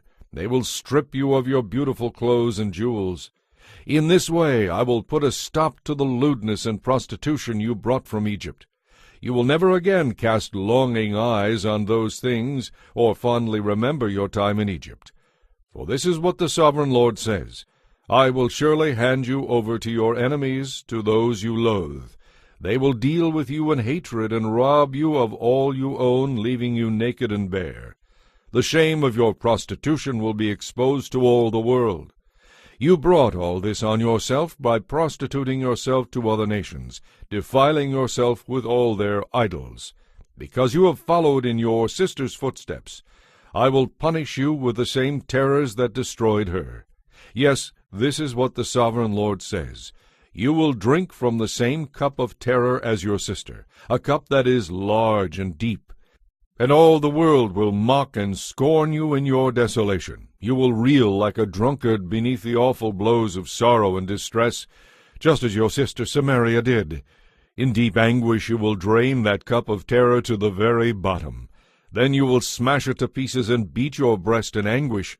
For I, the sovereign Lord, have spoken, and because you have forgotten me, and turned your back on me, says the sovereign Lord, you must bear the consequences of all your lewdness and prostitution.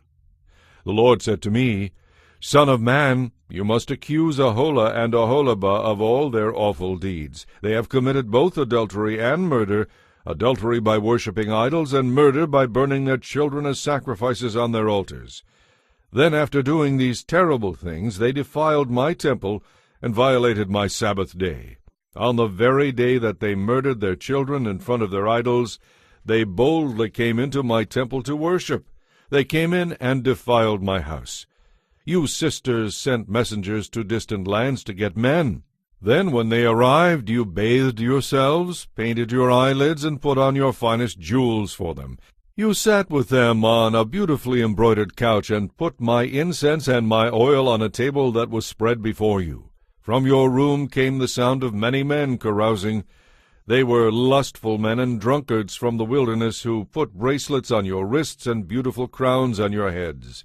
Then I said, if they really want to sleep with worn-out old prostitutes like these, let them. And that is what they did. They slept with Aholah and Oholibah, these shameless prostitutes, with all the zest of lustful young men. But righteous people will judge these sister cities for what they really are, adulteresses and murderers. They will sentence them to all the punishment they deserve. Now this is what the sovereign Lord says. Bring an army against them, and hand them over to be terrorized and plundered, for their enemies will stone them and kill them with swords. They will butcher their sons and daughters and burn their homes. In this way I will put an end to lewdness and idolatry in the land, and my judgment will be a warning to others not to follow their wicked example. You will be fully repaid for all your prostitution, your worship of idols. Yes, you will suffer the full penalty. Then you will know that I am the sovereign Lord. Chapter 24. On January 15th, during the 9th year of King Jehoiachin's captivity, this message came to me from the Lord. Son of man, write down today's date, because on this very day the king of Babylon is beginning his attack against Jerusalem. Then show these rebels an illustration. Give them a message from the sovereign Lord. Put a pot of water on the fire to boil. Fill it with choice meat, the rump and the shoulder, and all the most tender cuts. Use only the best sheep from the flock, and heap fuel on the fire beneath the pot. Bring the pot to a boil, and cook the bones along with the meat. Now this is what the sovereign Lord says. Destruction is certain for Jerusalem, the city of murderers. She is a pot filled with corruption. So take the meat out, chunk by chunk, in whatever order it comes, for her wickedness is evident to all. She murders boldly, leaving blood on the rocks for all to see. She doesn't even try to cover it. So I will splash her blood on a rock as an open expression of my anger and vengeance against her. This is what the sovereign Lord says. Destruction is certain for Jerusalem, the city of murderers. I myself will pile up the fuel beneath her. Yes, heap on the wood. Let the fire roar to make the pot boil. Cook the meat well with many spices. Then empty the pot and burn the bones. Now set the empty pot on the coals to scorch away the filth and corruption. But it's hopeless. The corruption remains, so throw it into the fire. It is the filth and corruption of your lewdness and idolatry. And now, because I tried to cleanse you, but you refused, you will remain filthy until my fury against you has been satisfied. I, the Lord, have spoken. The time has come, and I won't hold back. I will not change my mind. You will be judged on the basis of all your wicked actions, says the sovereign Lord. Then this message came to me from the Lord. Son of man, I am going to take away your dearest treasure. Suddenly she will die. Yet you must not show any sorrow. Do not weep. Let there be no tears. You may sigh, but only quietly. Let there be no wailing at her grave.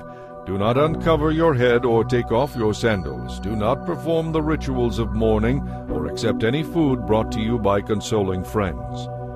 So I proclaimed this to the people the next morning, and in the evening my wife died. The next morning I did everything I had been told to do. Then the people asked, What does all this mean? What are you trying to tell us? So I said to them, A message came to me from the Lord, and I was told to give this message to the people of Israel. This is what the sovereign Lord says. I will desecrate my temple, the source of your security and pride. Your sons and daughters in Judea will be slaughtered by the sword. Then you will do as Ezekiel has done. You will not mourn in public or console yourselves by eating the food brought to you by sympathetic friends. Your heads must remain covered, and your sandals must not be taken off. You will not mourn or weep, but you will waste away because of your sins. You will mourn privately for all the evil you have done. Ezekiel is an example for you to follow. You will do as he has done. And when that time comes, you will know that I am the Lord. Then the Lord said to me, Son of man, on the day I take away their stronghold, their joy and glory, their heart's desire, their dearest treasure, I will also take away their sons and daughters. And on that day a refugee from Jerusalem will come to you in Babylon and tell you what has happened. And when he arrives, your voice will suddenly return so you can talk to him, and you will be a symbol for these people. Then they will know that I am the Lord. Chapter 25. Then this message came to me from the Lord. Son of man, look toward the land of Ammon and prophesy against its people. Give the Ammonites this message from the sovereign Lord. Hear the word of the sovereign Lord. because you scoffed when my temple was desecrated, mocked Israel in her desolation, and laughed at Judah as she went away into exile, I will allow nomads from the eastern deserts to overrun your country. They will set up their camps among you and pitch their tents on your land. They will harvest all your fruit and steal your livestock. And I will turn the city of Reba into a pasture for camels, and all the land of the Ammonites into an enclosure for sheep. Then you will know that I am the Lord. And the sovereign Lord says, Because you clapped and stamped and cheered with glee at the destruction of my people, I will lift up my fist against you. I will give you as plunder to many nations. I will cut you off from being a nation and destroy you completely. Then you will know that I am the Lord.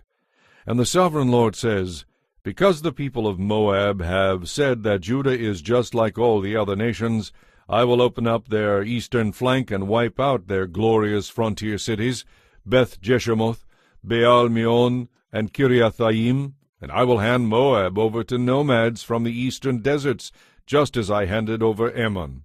Yes, the Ammonites will no longer be counted among the nations, and in the same way I will bring my judgment down on the Moabites. Then they will know that I am the Lord. And the sovereign Lord says, The people of Edom have sinned greatly by avenging themselves against the people of Judah. Therefore, says the sovereign Lord, I will raise my fist of judgment against Edom. I will wipe out their people, cattle, and flocks with the sword. I will make a wasteland of everything from Timon to Dedan. By the hand of my people of Israel I will accomplish this. They will carry out my furious vengeance, and Edom will know it is from me. I, the sovereign Lord, have spoken. And the sovereign Lord says, The people of Philistia have acted against Judah out of revenge and long-standing contempt. Therefore, says the sovereign Lord, I will raise my fist of judgment against the land of the Philistines. I will wipe out the Kirithites and utterly destroy the people who live by the sea. I will execute terrible vengeance against them to rebuke them for what they have done. And when I have inflicted my revenge, then they will know that I am the Lord. Chapter 26. On February 3rd, during the 12th year of King Jehoiachin's captivity, this message came to me from the Lord. Son of man, Tyre has rejoiced over the fall of Jerusalem, saying, Ha! She who controlled the rich trade routes to the east has been broken, and I am the heir. Because she has been destroyed, I will become wealthy. Therefore this is what the sovereign Lord says, I am your enemy, O Tyre, and I will bring many nations against you, like the waves of the sea crashing against your shoreline. They will destroy the walls of Tyre and tear down its towers. I will scrape away its soil and make it a bare rock. The island of Tyre will become uninhabited.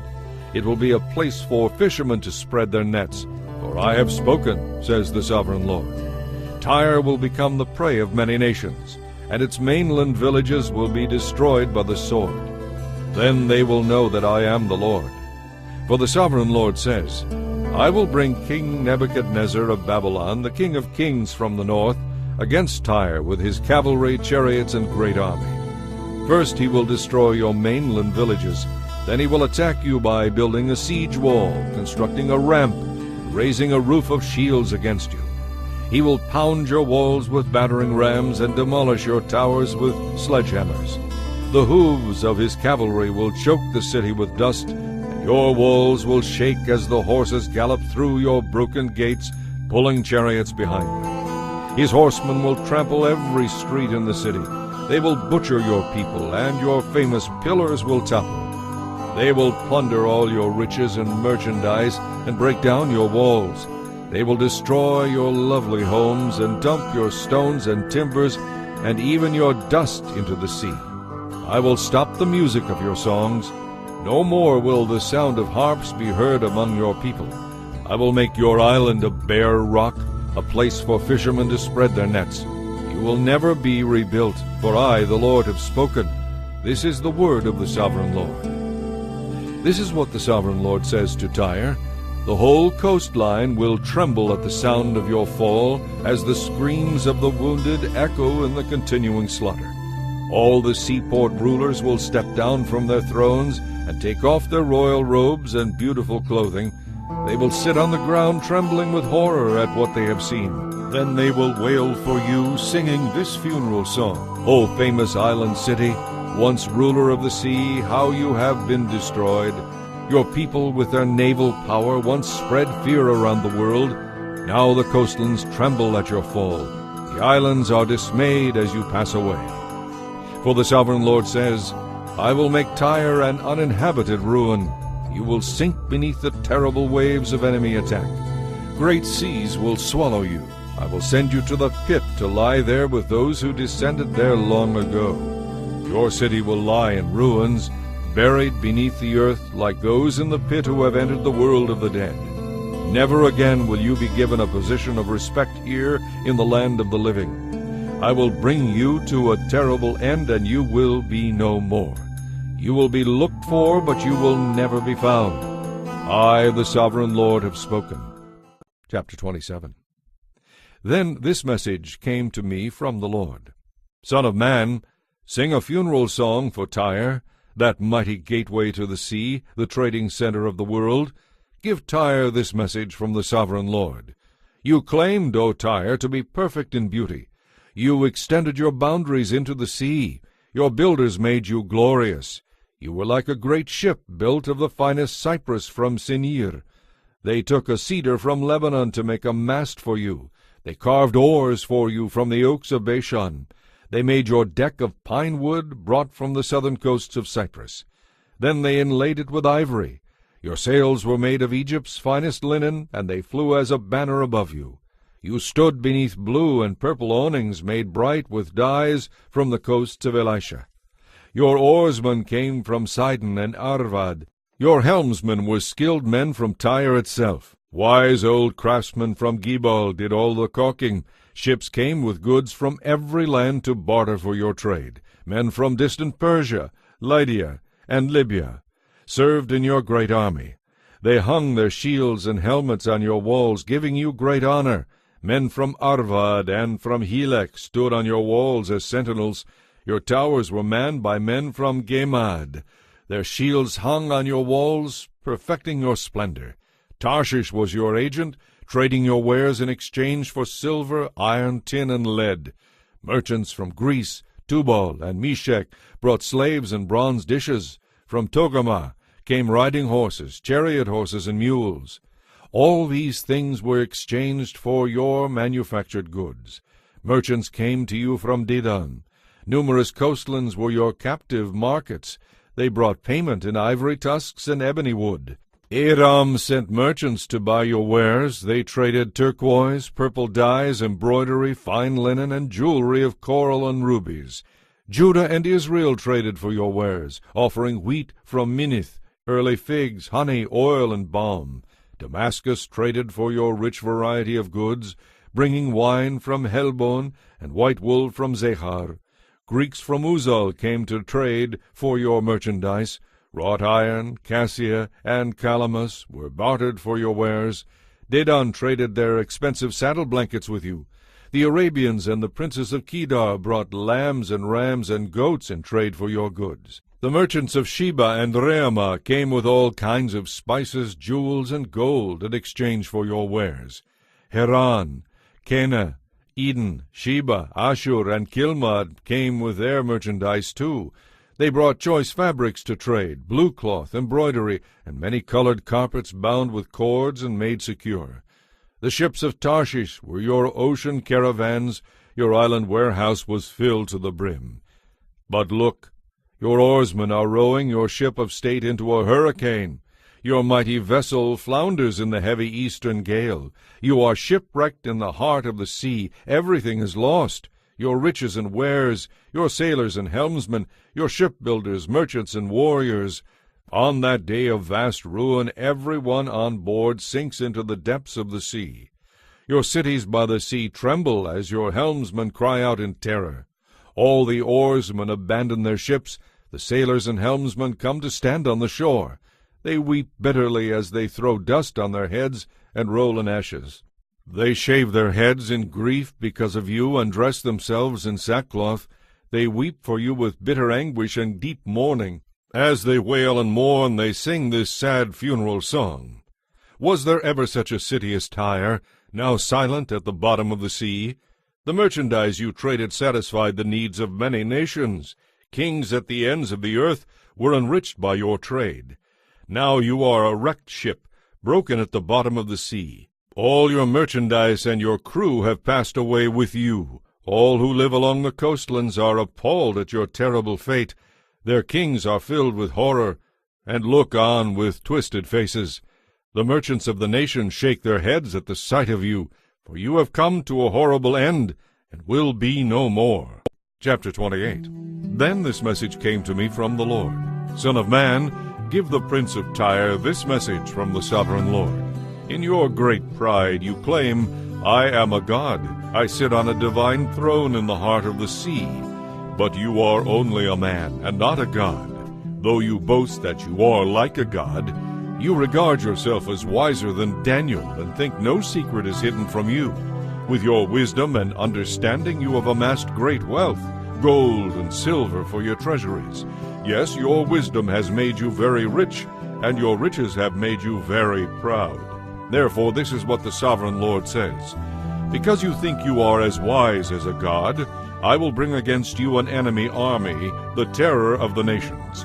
They will suddenly draw their swords against your marvelous wisdom and defile your splendor. They will bring you down to the pit, and you will die there on your island home in the heart of the sea, pierced with many wounds. Will you then boast, I am a god, to those who kill you? To them you will be no god, but merely a man. You will die like an outcast at the hands of foreigners. I, the sovereign Lord, have spoken. Then this further message came to me from the Lord. Son of man, weep for the king of Tyre. Give him this message from the sovereign Lord. You were the perfection of wisdom and beauty. You were in Eden, the garden of God. Your clothing was adorned with every precious stone, red carnelian, chrysolite, white moonstone, beryl, onyx, jasper, sapphire, turquoise, and emerald, all beautifully crafted for you and set in the finest gold. They were given to you on the day you were created. I ordained and anointed you as the mighty angelic guardian. You had access to the holy mountain of God and walked among the stones of fire. You were blameless in all you did from the day you were created until the day evil was found in you. Your great wealth filled you with violence, and you sinned. So I banished you from the mountain of God. I expelled you, O mighty guardian, from your place among the stones of fire. Your heart was filled with pride because of all your beauty. You corrupted your wisdom for the sake of your splendor. So I threw you to the earth and exposed you to the curious gaze of kings. You defiled your sanctuaries with your many sins and your dishonest trade. So I brought fire from within you, and it consumed you. I let it burn you to ashes on the ground in the sight of all who were watching.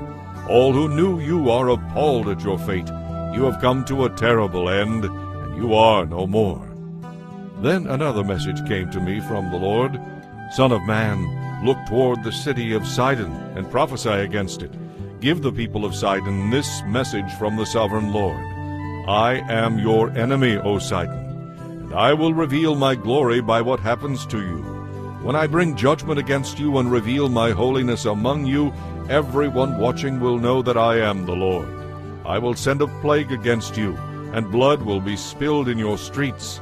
The attack will come from every direction, and your people will lie slaughtered within your walls. Then everyone will know that I am the Lord. No longer will Israel's scornful neighbors prick and tear at her like thorns and briars, for then they will know that I am the sovereign Lord. This is what the sovereign Lord says. The people of Israel will again live in their own land, the land I gave my servant Jacob. For I will gather them from the distant lands where I have scattered them. I will reveal to the nations of the world my holiness among my people.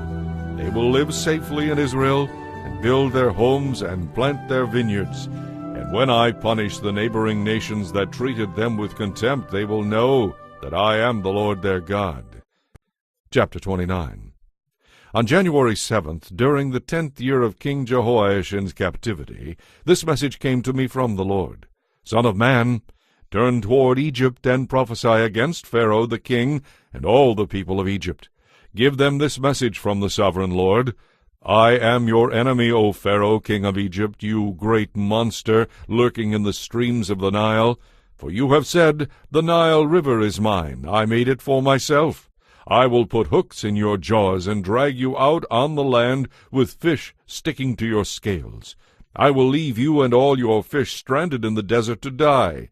You will lie unburied on the open ground, for I have given you as food to the wild animals and birds. All the people of Egypt will discover that I am the Lord, for you collapsed like a reed when Israel looked to you for help. Israel leaned on you, but like a cracked staff. You splintered and stabbed her in the armpit. When she put her weight on you, you gave way, and her back was thrown out of joint. So now the sovereign Lord says, I will bring an army against you, O Egypt, and destroy both people and animals. The land of Egypt will become a desolate wasteland, and the Egyptians will know that I am the Lord.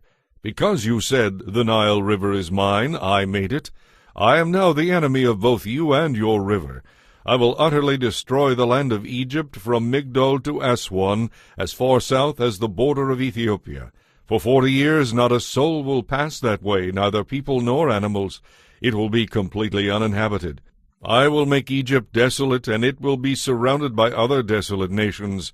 Its cities will be empty and desolate for 40 years, surrounded by other desolate cities. I will scatter the Egyptians to distant lands. But the sovereign Lord also says, At the end of the 40 years I will bring the Egyptians home again from the nations to which they have been scattered. I will restore the prosperity of Egypt and bring its people back to the land of Pathros in southern Egypt from which they came. But Egypt will remain an unimportant, minor kingdom. It will be the lowliest of all the nations, never again great enough to rise above its neighbors. Then Israel will no longer be tempted to trust in Egypt for help.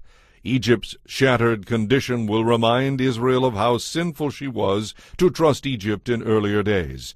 Then Israel will know that I alone am the sovereign Lord.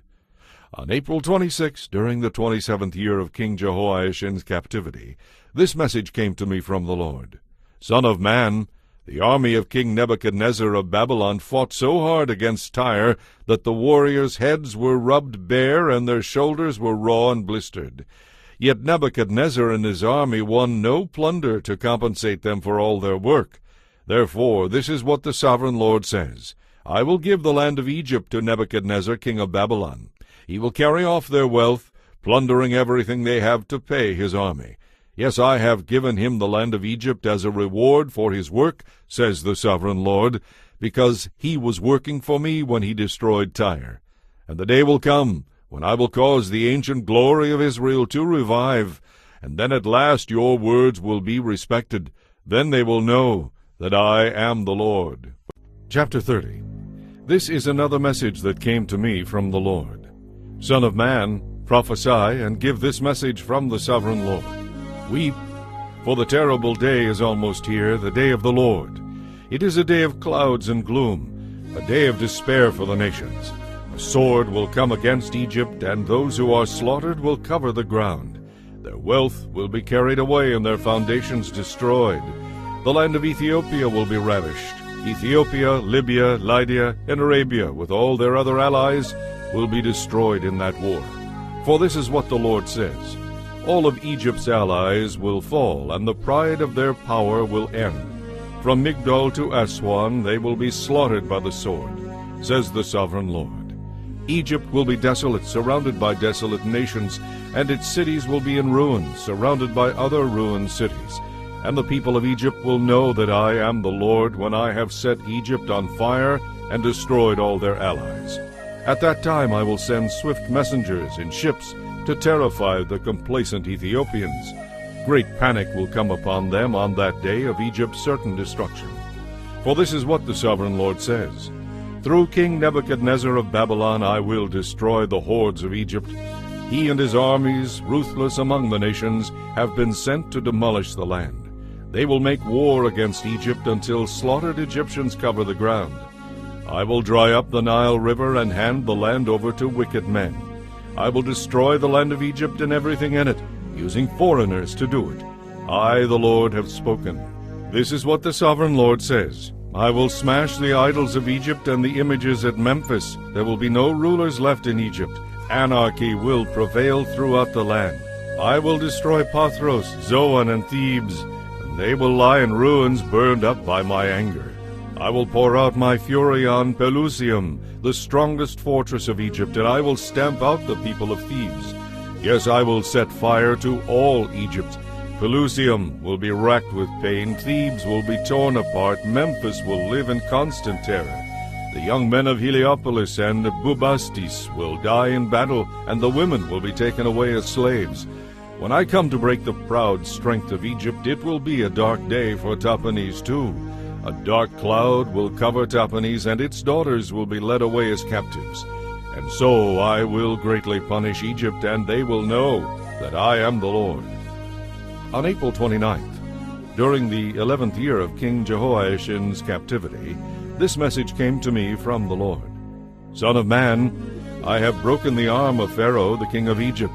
His arm has not been put in a cast so that it may heal, neither has it been bound up with a splint to make it strong enough to hold a sword. Therefore this is what the sovereign Lord says. I am the enemy of Pharaoh, the king of Egypt. I will break both of his arms, the good arm along with the broken one, and I will make his sword clatter to the ground. I will scatter the Egyptians to many lands throughout the world. I will strengthen the arms of Babylon's king, and put my sword in his hand. But I will break the arms of Pharaoh, king of Egypt, and he will lie there mortally wounded, groaning in pain. I will strengthen the arms of the king of Babylon, while the arms of Pharaoh fall useless to his sides.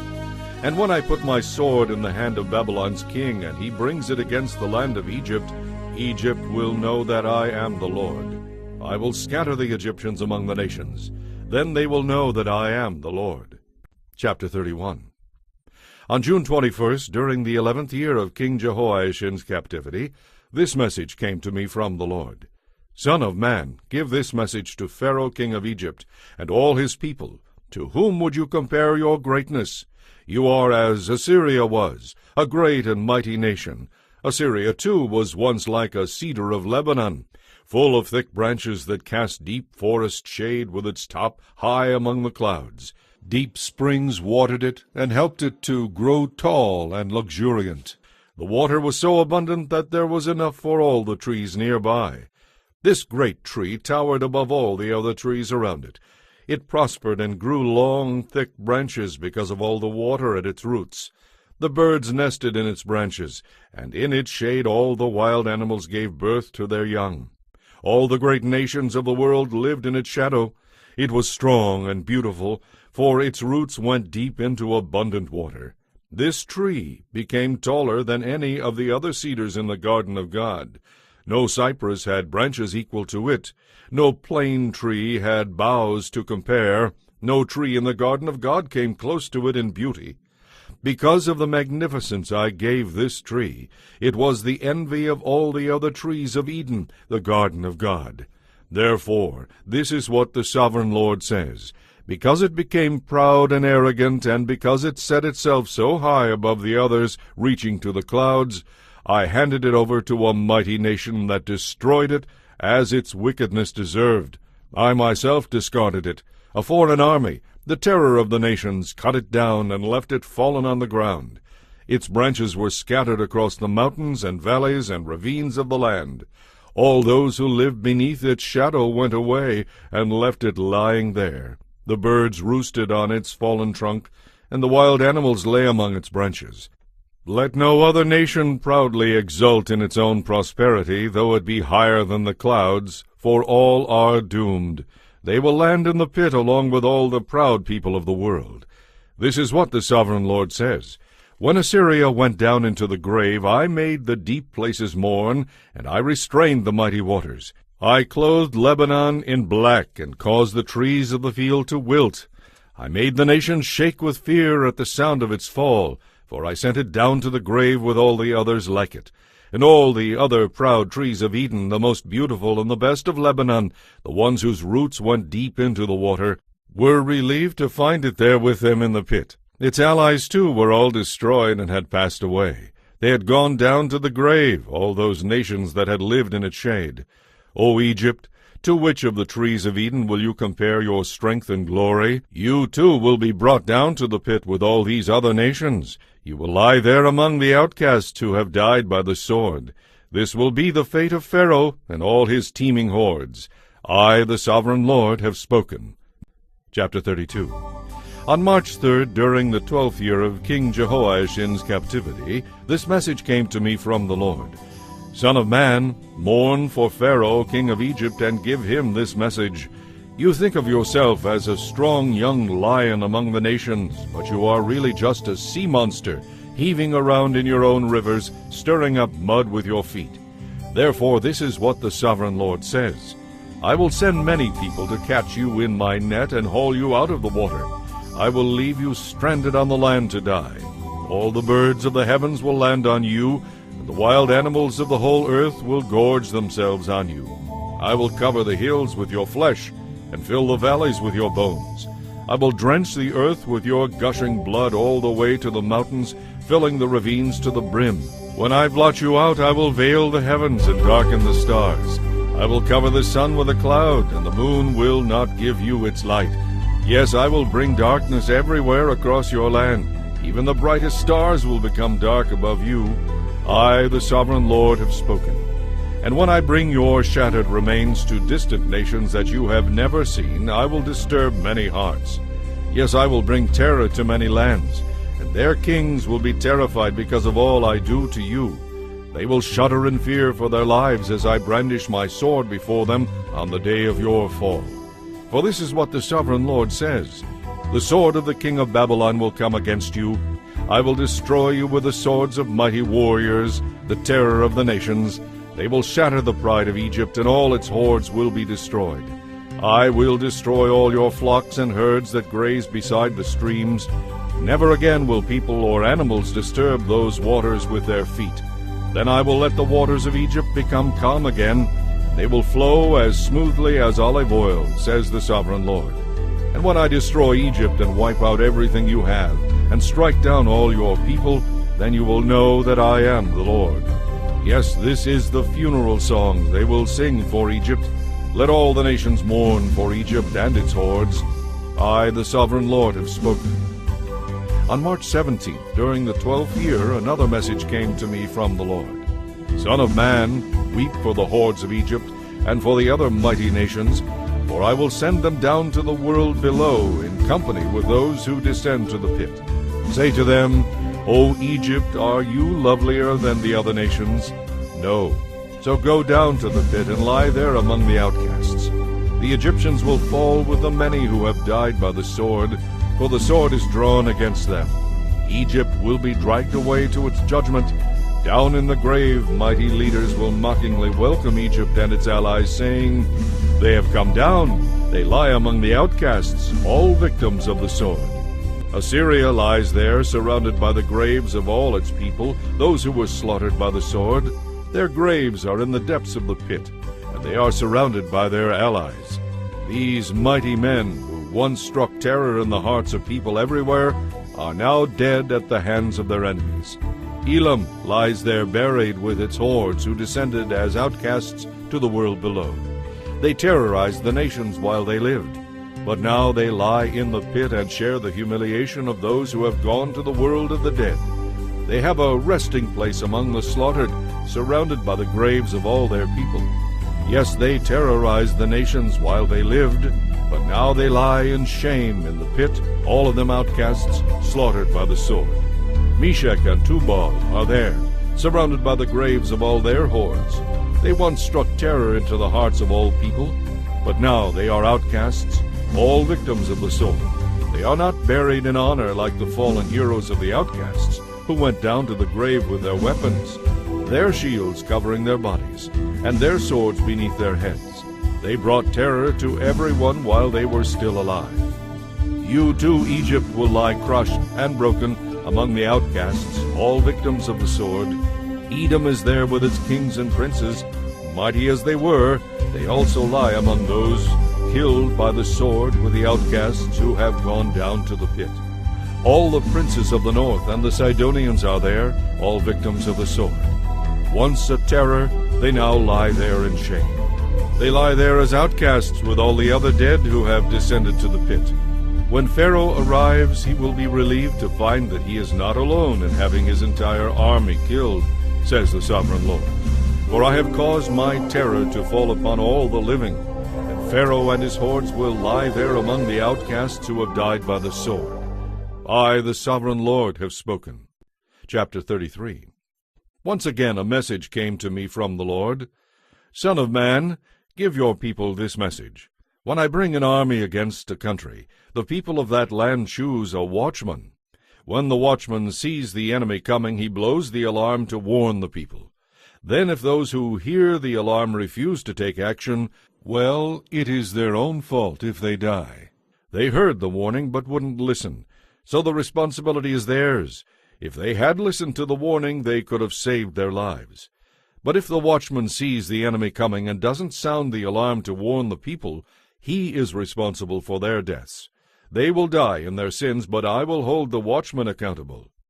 Now, Son of man, I am making you a watchman for the people of Israel.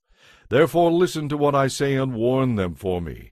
If I announce that some wicked people are sure to die, and you fail to warn them about changing their ways, then they will die in their sins, but I will hold you responsible for their deaths. But if you warn them to repent, and they don't repent, they will die in their sins, but you will not be held responsible. Son of man, give the people of Israel this message. You are saying, our sins are heavy upon us, we are wasting away, how can we survive? As surely as I live, says the sovereign Lord, I take no pleasure in the death of wicked people. I only want them to turn from their wicked ways, so they can live. Turn from your wickedness, O people of Israel. Why should you die? Son of man, give your people this message.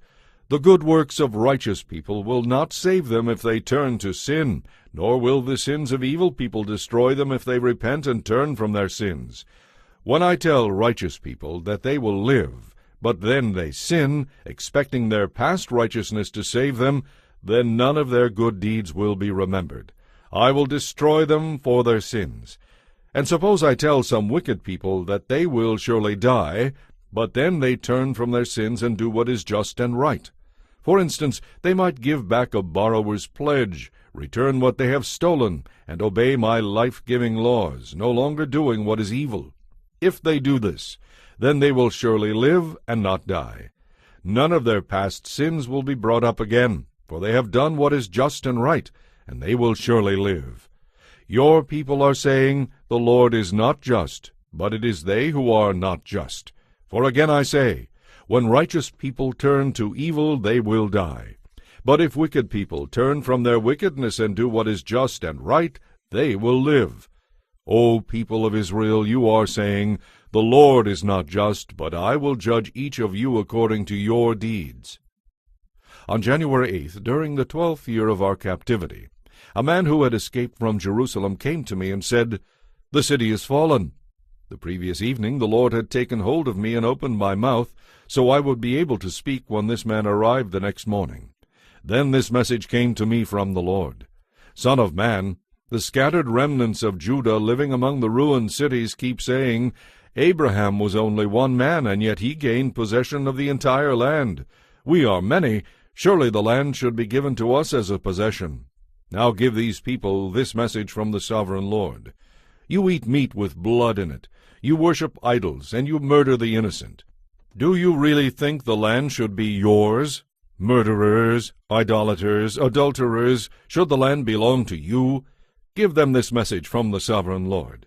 As surely as I live, those living in the ruins will die by the sword. Those living in the open fields will be eaten by wild animals. Those hiding in the forts and caves will die of disease. I will destroy the land and demolish her pride. Her arrogant power will come to an end. The mountains of Israel will be so ruined that no one will even travel through them. When I have ruined the land because of their disgusting sins, then they will know that I am the Lord. Son of man, your people are whispering behind your back. They talk about you in their houses and whisper about you at the door, saying, Come on, let's have some fun. Let's go hear the prophet tell us what the Lord is saying. So they come, pretending to be sincere, and sit before you listening. but they have no intention of doing what I tell them. They express love with their mouths, but their hearts seek only after money. You are very entertaining to them, like someone who sings love songs with a beautiful voice or plays fine music on an instrument. They hear what you say, but they don't do it. But when all these terrible things happen to them, as they certainly will, then they will know a prophet has been among them. Chapter 34. Then this message came to me from the Lord. Son of man, prophesy against the shepherds, the leaders of Israel. Give them this message from the sovereign Lord. Destruction is certain for you shepherds who feed yourselves instead of your flocks. Shouldn't shepherds feed their sheep? You drink the milk, wear the wool, and butcher the best animals, but you let your flocks starve. You have not taken care of the weak. You have not tended the sick or bound up the broken bones. You have not gone looking for those who have wandered away and are lost. Instead, you have ruled them with force and cruelty. So my sheep have been scattered without a shepherd. They are easy prey for any wild animal. They have wandered through the mountains and hills across the face of the earth, yet no one has gone to search for them. Therefore, you shepherds, hear the word of the Lord. As surely as I live, says the sovereign Lord, you abandoned my flock and left them to be attacked by every wild animal. Though you were my shepherds, you didn't search for my sheep when they were lost. You took care of yourselves and left the sheep to starve. Therefore, you shepherds, hear the word of the Lord. This is what the sovereign Lord says. I now consider these shepherds my enemies, and I will hold them responsible for what has happened to my flock. I will take away their right to feed the flock, along with their right to feed themselves. I will rescue my flock from their mouths. The sheep will no longer be their prey. For this is what the sovereign Lord says. I myself will search and find my sheep. I will be like a shepherd looking for his scattered flock. I will find my sheep and rescue them from all the places to which they were scattered on that dark and cloudy day. I will bring them back home to their own land of Israel from among the peoples and nations. I will feed them on the mountains of Israel, and by the rivers in all the places where people live. Yes, I will give them good pasture land on the high hills of Israel. There they will lie down in pleasant places and feed in lush mountain pastures. I myself will tend my sheep and cause them to lie down in peace, says the sovereign Lord. I will search for my lost ones who strayed away, and I will bring them safely home again. I will bind up the injured and strengthen the weak, but I will destroy those who are fat and powerful. I will feed them, yes, feed them justice. And as for you, my flock, my people, this is what the sovereign Lord says. I will judge between one sheep and another, separating the sheep from the goats. Is it not enough for you to keep the best of the pastures for yourselves? Must you also trample down the rest? Is it not enough for you to take the best water for yourselves? Must you also muddy the rest with your feet? All that is left for my flock to eat is what you have trampled down. All they have to drink is water that you have fouled. Therefore this is what the sovereign Lord says, I will surely judge between the fat sheep and the scrawny sheep. For you fat sheep push and butt and crowd my sick and hungry flock until they are scattered to distant lands. So I will rescue my flock, and they will no longer be abused and destroyed. And I will judge between one sheep and another. And I will set one shepherd over them, even my servant David. He will feed them and be a shepherd to them. And I, the Lord, will be their God, and my servant David will be a prince among my people. I, the Lord, have spoken. I will make a covenant of peace with them and drive away the dangerous animals from the land. Then my people will be able to camp safely in the wildest places and sleep in the woods without fear. I will cause my people and their homes around my holy hill to be a blessing, and I will send showers of blessings, which will come just when they are needed. The orchards and fields of my people will yield bumper crops, and everyone will live in safety. When I have broken their chains of slavery and rescued them from those who enslaved them, then they will know that I am the Lord. They will no longer be prey for other nations, and wild animals will no longer attack them. They will live in safety, and no one will make them afraid. And I will give them a land famous for its crops, so my people will never again go hungry or be shamed by the scorn of foreign nations. In this way they will know that I, the Lord their God, am with them, and they will know that they, the people of Israel, are my people, says the sovereign Lord. You are my flock, the sheep of my pasture. You are my people, and I am your God, says the sovereign Lord. Chapter 35. Again a message came to me from the Lord. Son of man, turn toward Mount Seir, and prophesy against its people. Give them this message from the sovereign Lord. I am your enemy, O Mount Seir, and I will raise my fist against you to destroy you completely. I will demolish your cities and make you desolate, and then you will know that I am the Lord. Your continual hatred for the people of Israel led you to butcher them when they were helpless, when I had already punished them for all their sins. As surely as I live, says the sovereign Lord, since you show no distaste for blood, I will give you a bloodbath of your own. Your turn has come.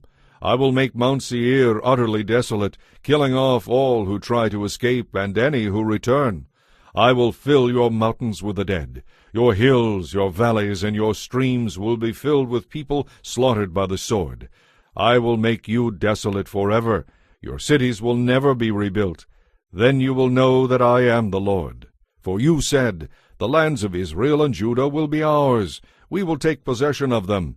What do we care that the Lord is there? Therefore, as surely as I live, says the sovereign Lord, I will pay back your angry deeds with mine. I will punish you for all your acts of anger, envy, and hatred, and I will bring honor to my name by what I do to you. Then you will know that I, the Lord, have heard every contemptuous word you spoke against the mountains of Israel. For you said, they have been destroyed, they have been given to us as food to eat. In saying that you boasted proudly against me, and I have heard it all. This is what the sovereign Lord says. The whole world will rejoice when I make you desolate. You rejoiced at the desolation of Israel's inheritance. Now I will rejoice at yours. You will be wiped out, you people of Mount Seir and all who live in Edom. Then you will know that I am the Lord. Chapter 36. Son of man, prophesy to Israel's mountains. Give them this message. O mountains of Israel, hear the word of the Lord. This is what the sovereign Lord says. Your enemies have taunted you, saying, Aha! Now the ancient heights belong to us. Therefore, Son of man, give the mountains of Israel this message from the sovereign Lord.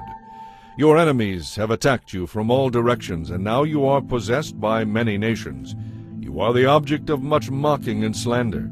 Therefore, O mountains of Israel, hear the word of the sovereign Lord. He speaks to the hills and mountains, ravines and valleys, and to ruined wastes and long deserted cities that have been destroyed and mocked by foreign nations everywhere.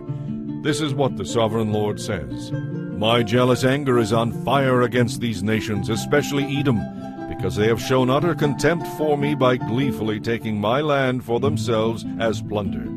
Therefore prophesy to the hills and mountains, the ravines and valleys of Israel.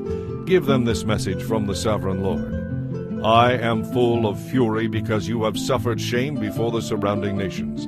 Therefore, says the sovereign Lord, I have raised my hand and sworn an oath that those nations will soon have their turn at suffering shame.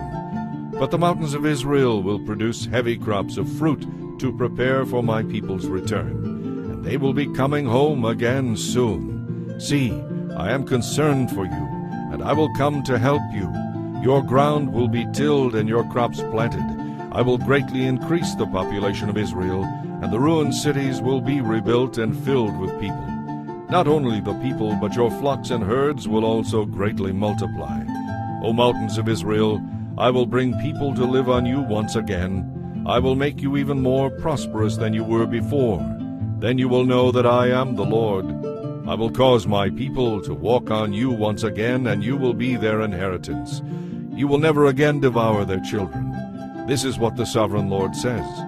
Now the other nations taunt you, saying, Israel is a land that devours her own people. But you will never again devour your people or bereave your nation, says the sovereign Lord. I will not allow those foreign nations to sneer at you, and you will no longer be shamed by them or cause your nation to fall, says the sovereign Lord. Then this further message came to me from the Lord. Son of man, When the people of Israel were living in their own land, they defiled it by their evil deeds. To me their conduct was as filthy as a bloody rag. They polluted the land with murder and by worshipping idols. So I poured out my fury on them. I scattered them to many lands to punish them for the evil way they had lived. But when they were scattered among the nations, they brought dishonor to my holy name. For the nations said, "These are the people of the Lord," and he couldn't keep them safe in his own land. Then I was concerned for my holy name, which had been dishonored by my people throughout the world. Therefore give the people of Israel this message from the sovereign Lord. I am bringing you back again, but not because you deserve it. I am doing it to protect my holy name, which you dishonored while you were scattered among the nations. I will show how holy my great name is, the name you dishonored among the nations. And when I reveal my holiness through you before their very eyes, says the sovereign Lord, then the nations will know that I am the Lord. For I will gather you up from all the nations and bring you home again to your land. Then I will sprinkle clean water on you, and you will be clean. Your filth will be washed away, and you will no longer worship idols. And I will give you a new heart with new and right desires, and I will put a new spirit in you. I will take out your stony heart of sin and give you a new obedient heart. And I will put my spirit in you so you will obey my laws and do whatever I command. And you will live in Israel, the land I gave your ancestors long ago. You will be my people, and I will be your God. I will cleanse you of your filthy behavior. I will give you good crops, and I will abolish famine in the land. I will give you great harvests from your fruit trees and fields, and never again will the surrounding nations be able to scoff at your land for its famines. Then you will remember your past sins and hate yourselves for all the evil things you did. But remember, says the sovereign Lord, I am not doing this because you deserve it. O my people of Israel, you should be utterly ashamed of all you have done. This is what the sovereign Lord says. When I cleanse you from your sins, I will bring people to live in your cities, and the ruins will be rebuilt. The fields that used to lie empty and desolate, a shock to all who passed by, will again be farmed. And when I bring you back, people will say, "This God-forsaken land is now like Eden's garden. The ruined cities now have strong walls, and they are filled with people." Then the nations all around, all those still left, will know that I, the Lord, rebuilt the ruins and planted lush crops in the wilderness. For I, the Lord, have promised this, and I will do it. This is what the sovereign Lord says. I am ready to hear Israel's prayers for these blessings, and I am ready to grant them their requests. I will multiply them like the sacred flocks that fill Jerusalem's streets at the time of her festivals. The ruined cities will be crowded with people once more, and everyone will know that I am the Lord. Chapter 37. The Lord took hold of me, and I was carried away by the Spirit of the Lord to a valley filled with bones. He led me around among the old dry bones that covered the valley floor. They were scattered everywhere across the ground. Then he asked me, "Son of man, can these bones become living people again?" "O sovereign Lord," I replied, "you alone know the answer to that." Then he said to me, "Speak to these bones and say, 'Dry bones, listen to the word of the Lord. This is what the sovereign Lord says. Look, I am going to breathe into you and make you live again. I will put flesh and muscles on you and cover you with skin. I will put breath into you, and you will come to life. Then you will know that I am the Lord.'" So I spoke these words just as he told me. Suddenly, as I spoke, there was a rattling noise all across the valley. The bones of each body came together and attached themselves as they had been before. Then as I watched, muscles and flesh formed over the bones. Then skin formed to cover their bodies, but they still had no breath in them. Then he said to me, "Speak to the winds and say, 'This is what the sovereign Lord says. Come, O breath, from the four winds, breathe into these dead bodies so that they may live again.' So I spoke as he commanded me, and the wind entered the bodies, and they began to breathe. They all came to life and stood up on their feet, a great army of them.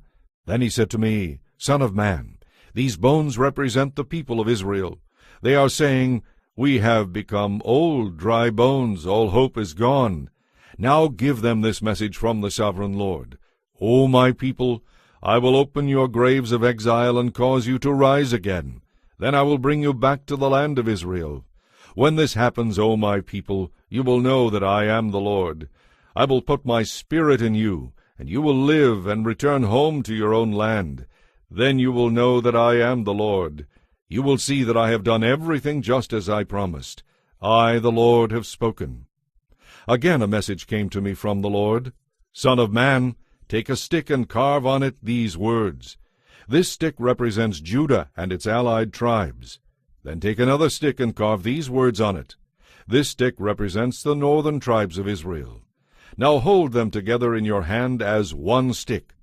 When your people ask you what your actions mean, say to them, This is what the sovereign Lord says. I will take the northern tribes and join them to Judah. I will make them one stick in my hand. Then hold out the sticks you have inscribed so the people can see them, and give them this message from the sovereign Lord. I will gather the people of Israel from among the nations. I will bring them home to their own land from the places where they have been scattered. I will unify them into one nation in the land.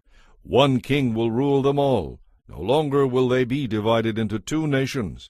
They will stop polluting themselves with their detestable idols and other sins, for I will save them from their sinful backsliding. I will cleanse them. Then they will truly be my people, and I will be their God. My servant David will be their king, and they will have only one shepherd. They will obey my regulations and keep my laws. They will live in the land of Israel where their ancestors lived, the land I gave my servant Jacob. They and their children and their grandchildren after them will live there forever, generation after generation. And my servant David will be their prince forever. And I will make a covenant of peace with them, an everlasting covenant. I will give them their land and multiply them, and I will put my temple among them forever. I will make my home among them. I will be their God, and they will be my people. And since my temple will remain among them forever, the nations will know that I, the Lord, have set Israel apart for myself, to be holy. Chapter 38. This is another message that came to me from the Lord. Son of man, prophesy against Gog of the land of Magog, the prince who rules over the nations of Meshech and Tubal. Give him this message from the sovereign Lord. Gog, I am your enemy. I will turn you around and put hooks into your jaws to lead you out to your destruction. I will mobilize your troops and cavalry and make you a vast and mighty horde, all fully armed. Persia, Ethiopia, and Libya will join you too, with all their weapons. Gomer and all its hordes will also join you, along with the armies of Beth Togarmah from the distant north, and many others. Get ready, be prepared, keep all the armies around you mobilized, and take command of them. A long time from now you will be called into action. In the distant future you will swoop down on the land of Israel, which will be lying in peace after her recovery from war, and after the return of her people from many lands. You and all your allies, a vast and awesome horde, will roll down on them like a storm and cover the land with a cloud. This is what the sovereign Lord says. At that time evil thoughts will come to your mind, and you will devise a wicked scheme. You will say, Israel is an unprotected land filled with unwalled villages. I will march against her and destroy these people who live in such confidence. I will go to those once desolate cities that are again filled with people who have returned from exile in many nations. I will capture vast amounts of plunder and take many slaves, for the people are rich with cattle now, and they think the whole world revolves around them. But Sheba and Dedan and the merchants of Tarshish will ask, Who are you to rob them of silver and gold? Who are you to drive away their cattle and seize their goods and make them poor? Therefore, Son of man, prophesy against Gog. Give him this message from the sovereign Lord. When my people are living in peace in their land, then you will rouse yourself. You will come from your homeland in the distant north with your vast cavalry and your mighty army, and you will cover the land like a cloud. This will happen in the distant future. I will bring you against my land as everyone watches, and my holiness will be displayed by what happens to you. Then all the nations will know that I am the Lord. This is what the Sovereign Lord says. You are the one I was talking about long ago, when I announced through Israel's prophets that in future days I would bring you against my people. But when Gog invades the land of Israel, says the Sovereign Lord, my fury will rise. For in my jealousy and blazing anger, I promise a mighty shaking in the land of Israel on that day. All living things, all the fish, birds, animals, and people will quake in terror at my presence. Mountains will be thrown down, cliffs will crumble, walls will fall to the earth. I will summon the sword against you throughout Israel, says the Sovereign Lord. Your men will turn against each other in mortal combat. I will punish you and your hordes with disease and bloodshed. I will send torrential rain, hailstones, fire, and burning sulfur. Thus will I show my greatness and holiness, and I will make myself known to all the nations of the world. Then they will know that I am the Lord. Chapter 39. Son of man, prophesy against Gog. Give him this message from the Sovereign Lord. I am your enemy, O Gog, ruler of the nations of Meshech and Tubal. I will turn you and drive you toward the mountains of Israel, bringing you from the distant north. I will knock your weapons from your hands and leave you helpless. You and all your vast hordes will die on the mountains. I will give you as food to the vultures and wild animals. You will fall in the open fields, for I have spoken, says the Sovereign Lord. And I will rain down fire on Magog and on all your allies who live safely on the coasts. Then they will know that I am the Lord. Thus I will make known my holy name among my people of Israel. I will not let it be desecrated any more, and the nations too will know that I am the Lord, the Holy One of Israel. That day of judgment will come, says the Sovereign Lord. Everything will happen just as I have declared it. Then the people in the towns of Israel will go out and pick up your small and large shields, bows and arrows, javelins and spears, and they will use them for fuel. There will be enough to last them 7 years.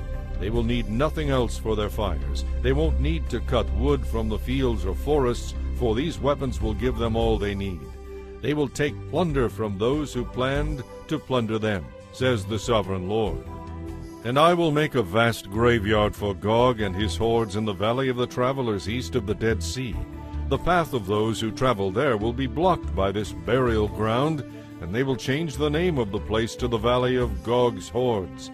It will take 7 months for the people of Israel to cleanse the land by burying the bodies. Everyone in Israel will help, for it will be a glorious victory for Israel when I demonstrate my glory on that day, says the Sovereign Lord. At the end of the 7 months, special crews will be appointed to search the land for any skeletons and to bury them, so the land will be made clean again. Whenever some bones are found, a marker will be set up beside them so the burial crews will see them and take them to be buried in the valley of Gog's hordes. There will be a town there named Hamunah, which means horde, and so the land will finally be cleansed. And now, Son of man, call all the birds and wild animals, says the Sovereign Lord. Say to them, gather together for my great sacrificial feast. Come from far and near to the mountains of Israel, and there eat the flesh and drink the blood. Eat the flesh of mighty men and drink the blood of princes, as though they were rams, lambs, goats, and fat young bulls of Bashan. Gorge yourselves with flesh until you are glutted. Drink blood until you are drunk. This is the sacrificial feast I have prepared for you. Feast at my banquet table, feast on horses, riders, and valiant warriors, says the Sovereign Lord. Thus I will demonstrate my glory among the nations. Everyone will see the punishment I have inflicted on them and the power I have demonstrated. And from that time on the people of Israel will know that I am the Lord their God. The nations will then know why Israel was sent away to exile. It was punishment for sin, for they acted in treachery against their God. Therefore I turned my back on them and let their enemies destroy them. I turned my face away and punished them in proportion to the vileness of their sins. So now the Sovereign Lord says, I will end the captivity of my people. I will have mercy on Israel, for I am jealous for my holy reputation. They will accept responsibility for their past shame and treachery against me after they come home to live in peace and safety in their own land. and then no one will bother them or make them afraid. When I bring them home from the lands of their enemies, my holiness will be displayed to the nations. Then my people will know that I am the Lord their God, responsible for sending them away to exile and responsible for bringing them home. I will leave none of my people behind, and I will never again turn my back on them, for I will pour out my Spirit upon them, says the Sovereign Lord. Chapter 40. On April 28th, during the 25th year of our captivity, 14 years after the fall of Jerusalem, the Lord took hold of me. In a vision of God he took me to the land of Israel and set me down on a very high mountain. From there I could see what appeared to be a city across from me toward the south. As he brought me nearer, I saw a man whose face shone like bronze, standing beside a gateway entrance. He was holding in his hand a measuring tape and a measuring rod.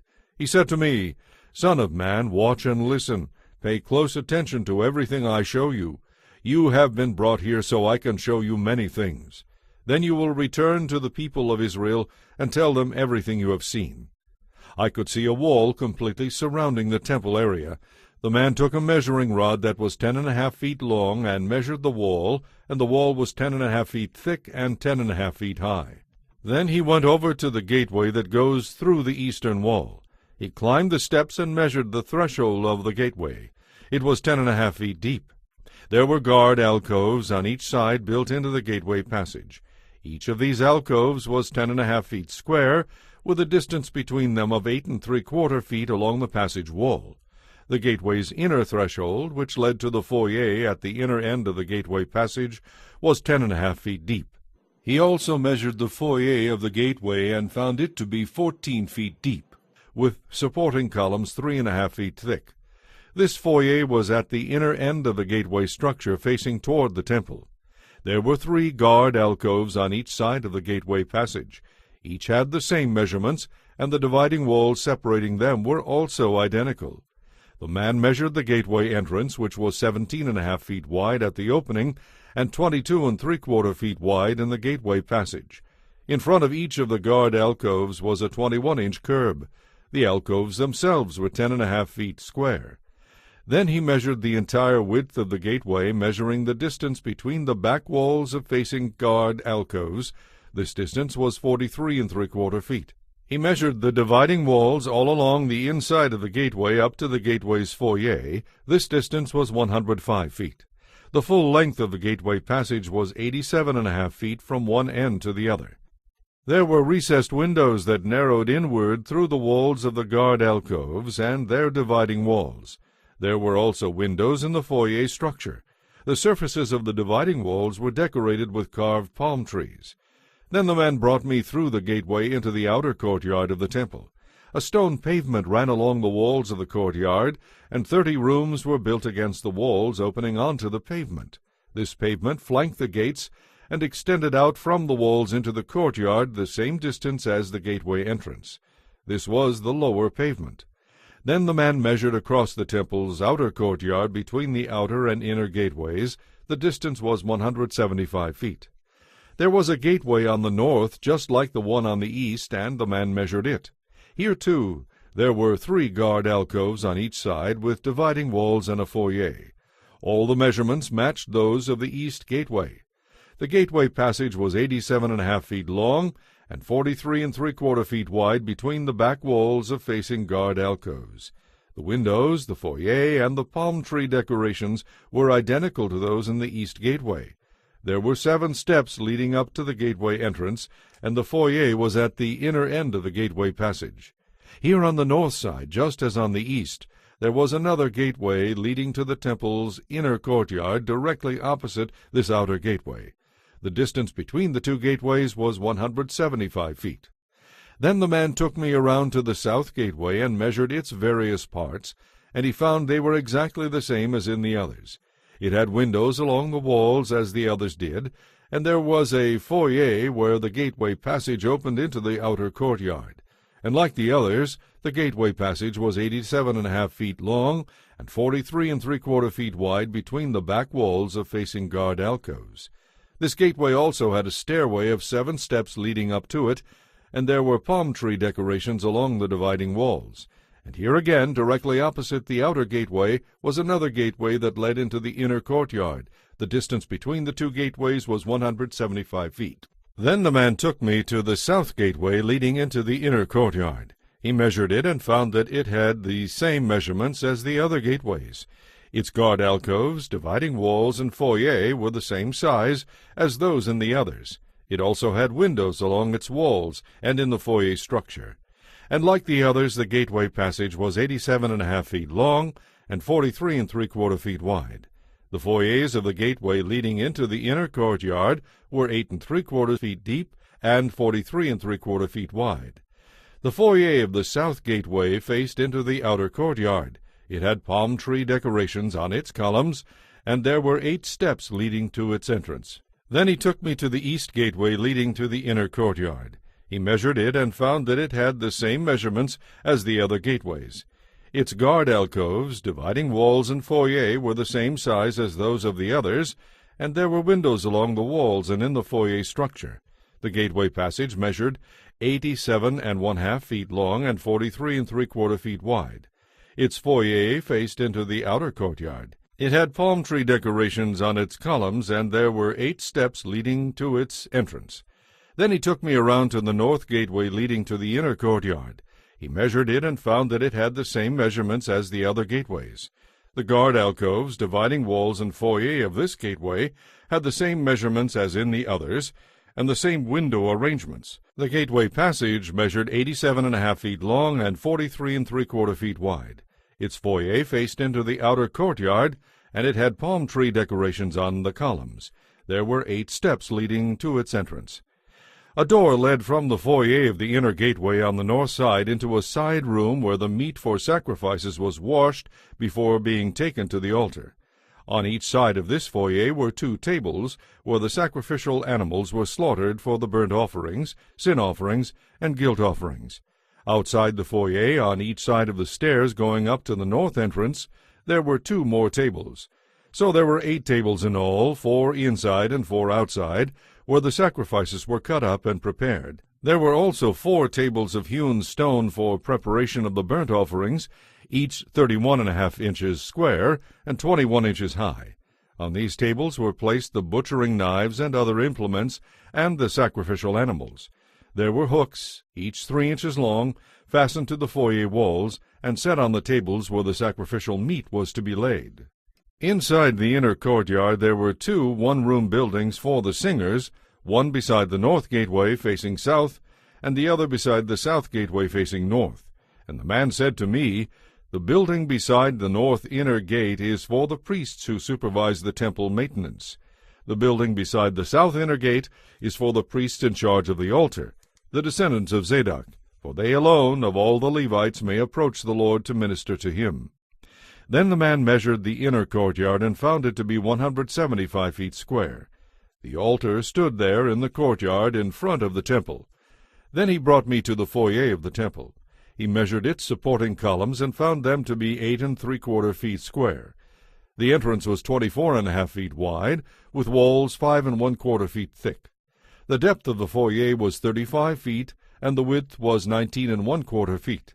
There were 10 steps leading up to it, with a column on each side. Chapter 41. After that the man brought me into the holy place, the large main room of the temple, and he measured the columns that framed its doorway. They were 10.5 feet square, the entrance was 17.5 feet wide, and the walls on each side were 8 3/4 feet wide. The holy place itself was 70 feet long and 35 feet wide. Then he went into the inner room at the end of the holy place. He measured the columns at the entrance and found them to be 3 1/2 feet thick. The entrance was 10.5 feet wide, and the walls on each side of the entrance extended 12 1/4 feet to the corners of the inner room. The inner room was 35 feet square. This, he told me, is the most holy place. Then he measured the wall of the temple and found that it was 10.5 feet thick. There was a row of rooms along the outside wall. Each room was 7 feet wide. These rooms were built in 3 levels, one above the other, with 30 rooms on each level. The supports for these rooms rested on ledges in the temple wall, but the supports did not extend into the wall. Each level was wider than the one below it, corresponding to the narrowing of the temple wall as it rose higher. A stairway led up from the bottom level through the middle level to the top level. I noticed that the temple was built on a terrace, which provided a foundation for the side rooms. This terrace was 10.5 feet high. The outer wall of the temple's side rooms was 8 3/4 feet thick. This left an open area between these side rooms and the row of rooms along the outer wall of the inner courtyard. This open area measured 35 feet in width, and it went all the way around the temple. 2 doors opened from the side rooms into the terrace yard, which was 8 3/4 feet wide. One door faced north and the other south. A large building stood on the west facing the temple courtyard. It was 122.5 feet wide and 157.5 feet long, and its walls were 8 3/4 feet thick. Then the man measured the temple, and he found it to be 175 feet long. The courtyard around the building, including its walls, was an additional 175 feet in length. The inner courtyard to the east of the temple was also 175 feet wide. The building to the west, including its 2 walls, was also 175 feet wide.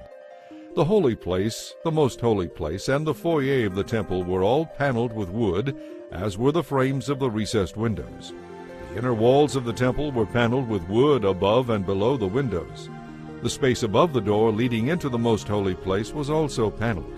All the walls were decorated with carvings of cherubim, each with 2 faces, and there was a palm tree carving between each of the cherubim. One face, that of a man, looked toward the palm tree on one side.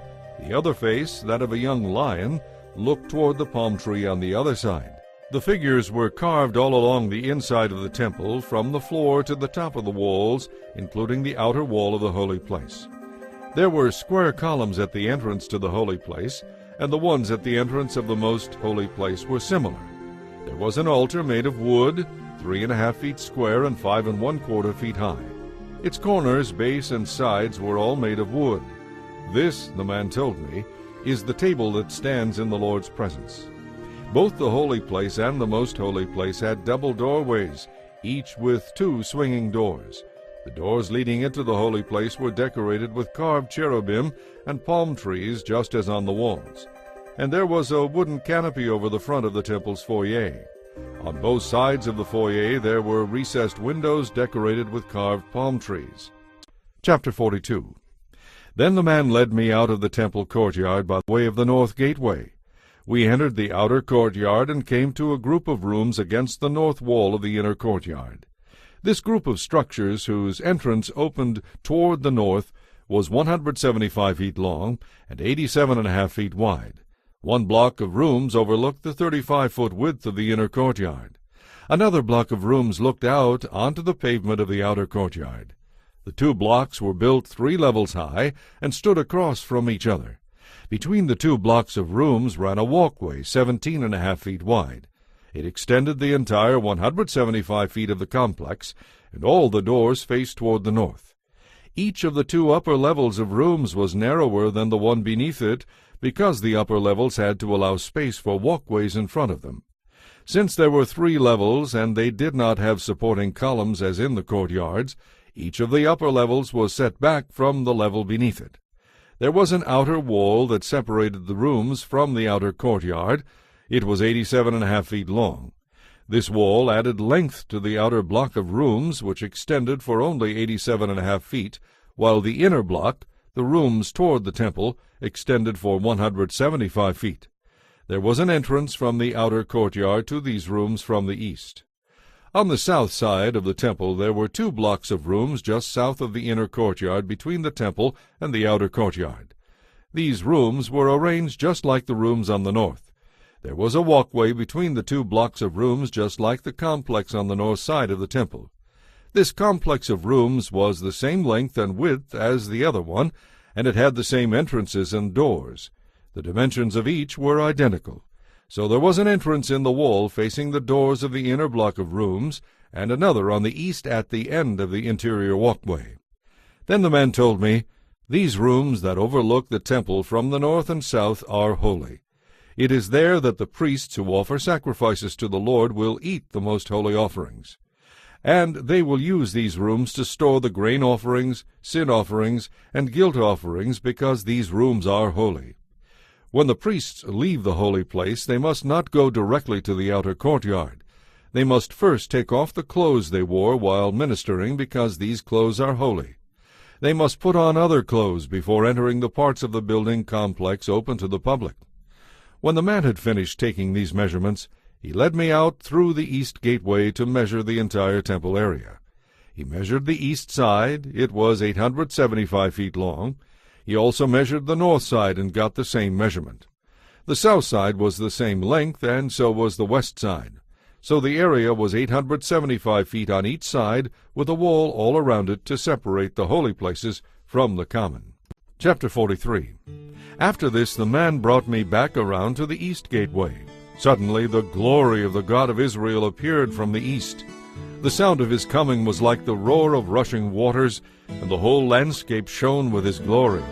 This vision was just like the others I had seen, first by the Kibar River, and then when he came to destroy Jerusalem. And I fell down before him with my face in the dust, and the glory of the Lord came into the temple through the east gateway. Then the Spirit took me up and brought me into the inner courtyard, and the glory of the Lord filled the temple. And I heard someone speaking to me from within the temple. The man who had been measuring was still standing beside me. And the Lord said to me, Son of man, this is the place of my throne, and the place where I will rest my feet. I will remain here forever, living among the people of Israel. They and their kings will not defile my holy name any longer by their adulterous worship of other gods, or by raising monuments in honor of their dead kings. They put their idol altars right next to mine, with only a wall between them and me. They defiled my holy name by such wickedness, so I consumed them in my anger. Now let them put away their idols and the sacred pillars erected to honor their kings, and I will live among them forever. Son of man, describe to the people of Israel the temple I have shown you. Tell them its appearance and its plan, so they will be ashamed of all their sins. And if they are ashamed of what they have done, describe to them all the specifications of its construction, including its entrances and doors, and everything else about it. Write down all these specifications and directions as they watch, so they will be sure to remember them. This is the basic law of the temple, absolute holiness. The entire top of the hill where the temple is built is holy. Yes, this is the primary law of the temple. These are the measurements of the altar. There is a gutter all around the altar, 21 inches wide and 21 inches deep, with a curb 9 inches wide around its edge. And this is the height of the altar. From the gutter the altar rises 3.5 feet to a ledge that surrounds the altar. This lower ledge is 21 inches wide. From the lower ledge the altar rises 7 feet to the upper ledge. This upper ledge is also 21 inches wide. The top of the altar, the hearth, rises still 7 feet higher, with a horn rising up from each of the 4 corners. The top of the altar is square, measuring 21 feet by 21 feet. The upper ledge also forms a square measuring 24.5 feet on each side, with a 21-inch gutter and a 10.5-inch curb all around the edge. There are steps going up the east side of the altar. Then he said to me, Son of man, this is what the sovereign Lord says. These will be the regulations for the burning of offerings and the sprinkling of blood when the altar is built.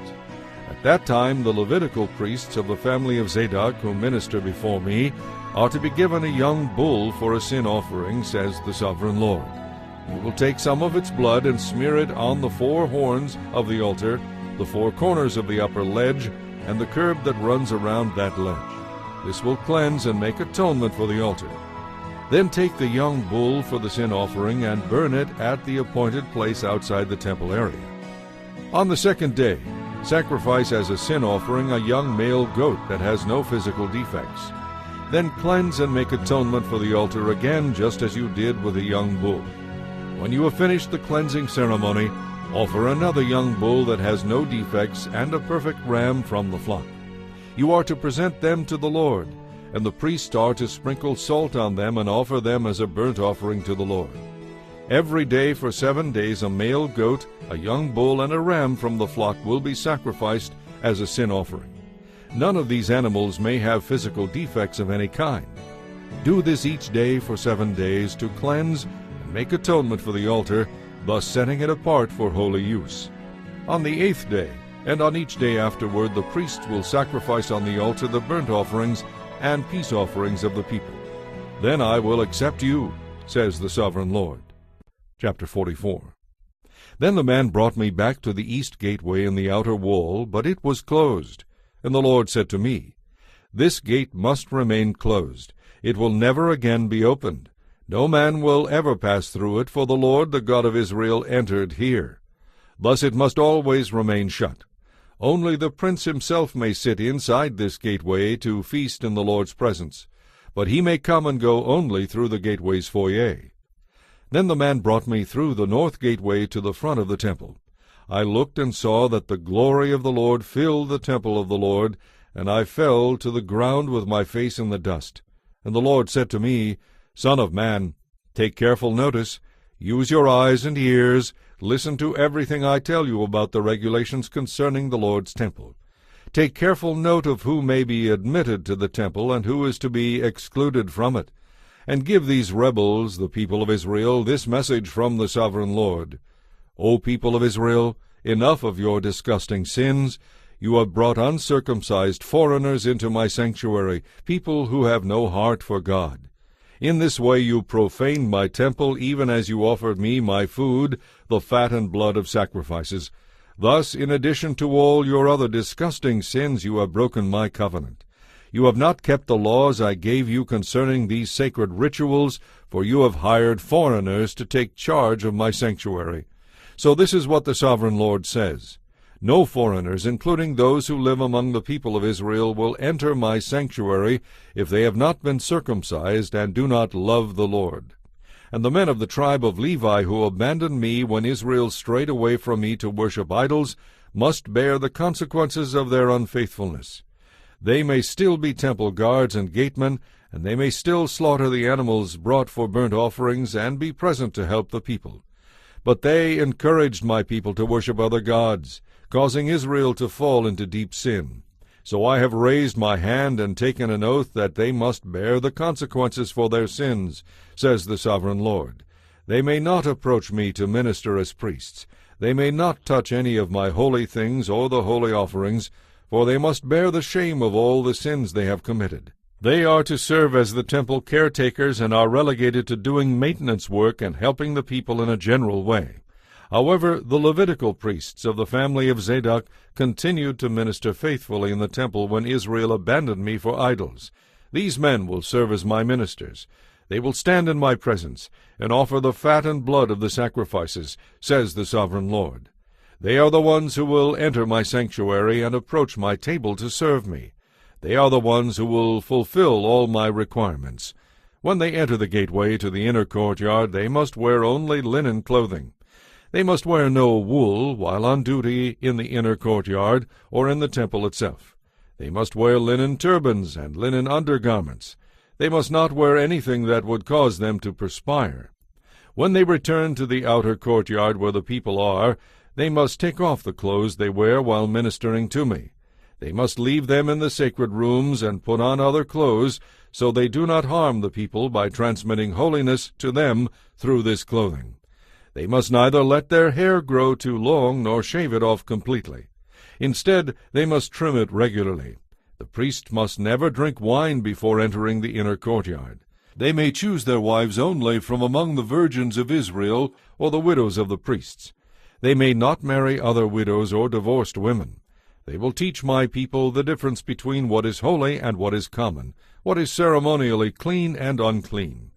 They will serve as judges to resolve any disagreements among my people. Their decisions must be based on my regulations, and the priests themselves must obey my instructions and laws at all the sacred festivals, and they will see to it that the Sabbath is set apart as a holy day. A priest must never defile himself by being in the presence of a dead person unless it is his father, mother, child, brother, or unmarried sister. In such cases it is permitted. But such a priest can only return to his temple duties after being ritually cleansed and then waiting for 7 days. The first day he returns to work and enters the inner courtyard and the sanctuary, He must offer a sin offering for himself, says the Sovereign Lord. As to property, the priests will not have any, for I alone am their inheritance. Their food will come from the gifts and sacrifices brought to the temple by the people, the grain offerings, the sin offerings, and the guilt offerings. Whatever anyone sets apart for the Lord will belong to the priests. The first of the ripe fruits and all the gifts brought to the Lord will go to the priests. The first samples of each grain harvest and the first of your flour must also be given to the priests, so the Lord will bless your homes. The priests may never eat meat from any bird or animal that dies a natural death or that dies after being attacked by another animal. Chapter 45. When you divide the land among the tribes of Israel, you must set aside a section of it for the Lord as his holy portion. This piece of land will be 8 1/3 miles long and 6 2/3 miles wide. The entire area will be holy ground. A section of this land measuring 875 feet by 875 feet will be set aside for the temple. An additional strip of land 87.5 feet wide is to be left empty all around it. Within the larger sacred area, measure out a portion of land 8 1/3 miles long and 3 1/3 miles wide. Within it, the sanctuary of the most holy place will be located. This area will be a holy land set aside for the priests who minister to the Lord in the sanctuary. They will use it for their homes, and my temple will be located within it. The strip of sacred land next to it, also 8 1/3 miles long and 3 1/3 miles wide, will be a living area for the Levites who work at the temple. It will be their possession and a place for their towns. Adjacent to the larger sacred area will be a section of land 8 1/3 miles long and 1 2/3 miles wide. This will be set aside to be a city where anyone in Israel can come and live. 2 special sections of land will be set apart for the prince. One section will share a border with the east side of the sacred lands and city, and the second section will share a border on the west side. Then the far eastern and western borders of the prince's lands will line up with the eastern and western boundaries of the tribal areas. These sections of land will be the prince's allotment. My princes will no longer oppress and rob my people. They will assign the rest of the land to the people, giving an allotment to each tribe. For this is what the Sovereign Lord says: Enough, you princes of Israel! Stop all your violence and oppression, and do what is just and right. Quit robbing and cheating my people out of their land. Stop expelling them from their homes. You must use only honest weights and scales, honest dry volume measures, and honest liquid volume measures. The homer will be your standard unit for measuring volume. The ephah and the bath will each measure 1/10 of a homer. The standard unit for weight will be the silver shekel. 1 shekel consists of 20 gerahs, and 60 shekels are equal to 1 mina. This is the tax you must give to the prince: 1 bushel of wheat or barley for every 60 you harvest, 1% of your olive oil, and 1 sheep for every 200 in your flocks in Israel. These will be the grain offerings, burnt offerings, and peace offerings that will make atonement for the people who bring them, says the Sovereign Lord. All the people of Israel must join the prince in bringing their offerings. The prince will be required to provide offerings that are given at the religious festivals, the new moon celebrations, the Sabbath days, and all other similar occasions. He will provide the sin offerings, burnt offerings, grain offerings, drink offerings, and peace offerings to make reconciliation for the people of Israel. This is what the Sovereign Lord says: In early spring, on the first day of each new year, sacrifice a young bull with no physical defects to purify the temple. The priest will take some of the blood of this sin offering and put it on the doorposts of the temple, the 4 corners of the upper ledge on the altar, and the gatepost at the entrance to the inner courtyard. Do this also on the 7th day of the new year for anyone who has sinned through error or ignorance. In that way, you will make atonement for the temple. On the 14th day of the new year you must celebrate the Passover. This festival will last for 7 days. Only bread without yeast may be eaten during that time. On the day of Passover, the prince will provide a young bull as a sin offering for himself and the people of Israel. On each of the 7 days of the feast he will prepare a burnt offering to the Lord. This daily offering will consist of 7 young bulls and 7 rams without any defect. A male goat will also be given each day for a sin offering. The prince will provide a half bushel of flour as a grain offering, and a gallon of olive oil with each young bull and ram.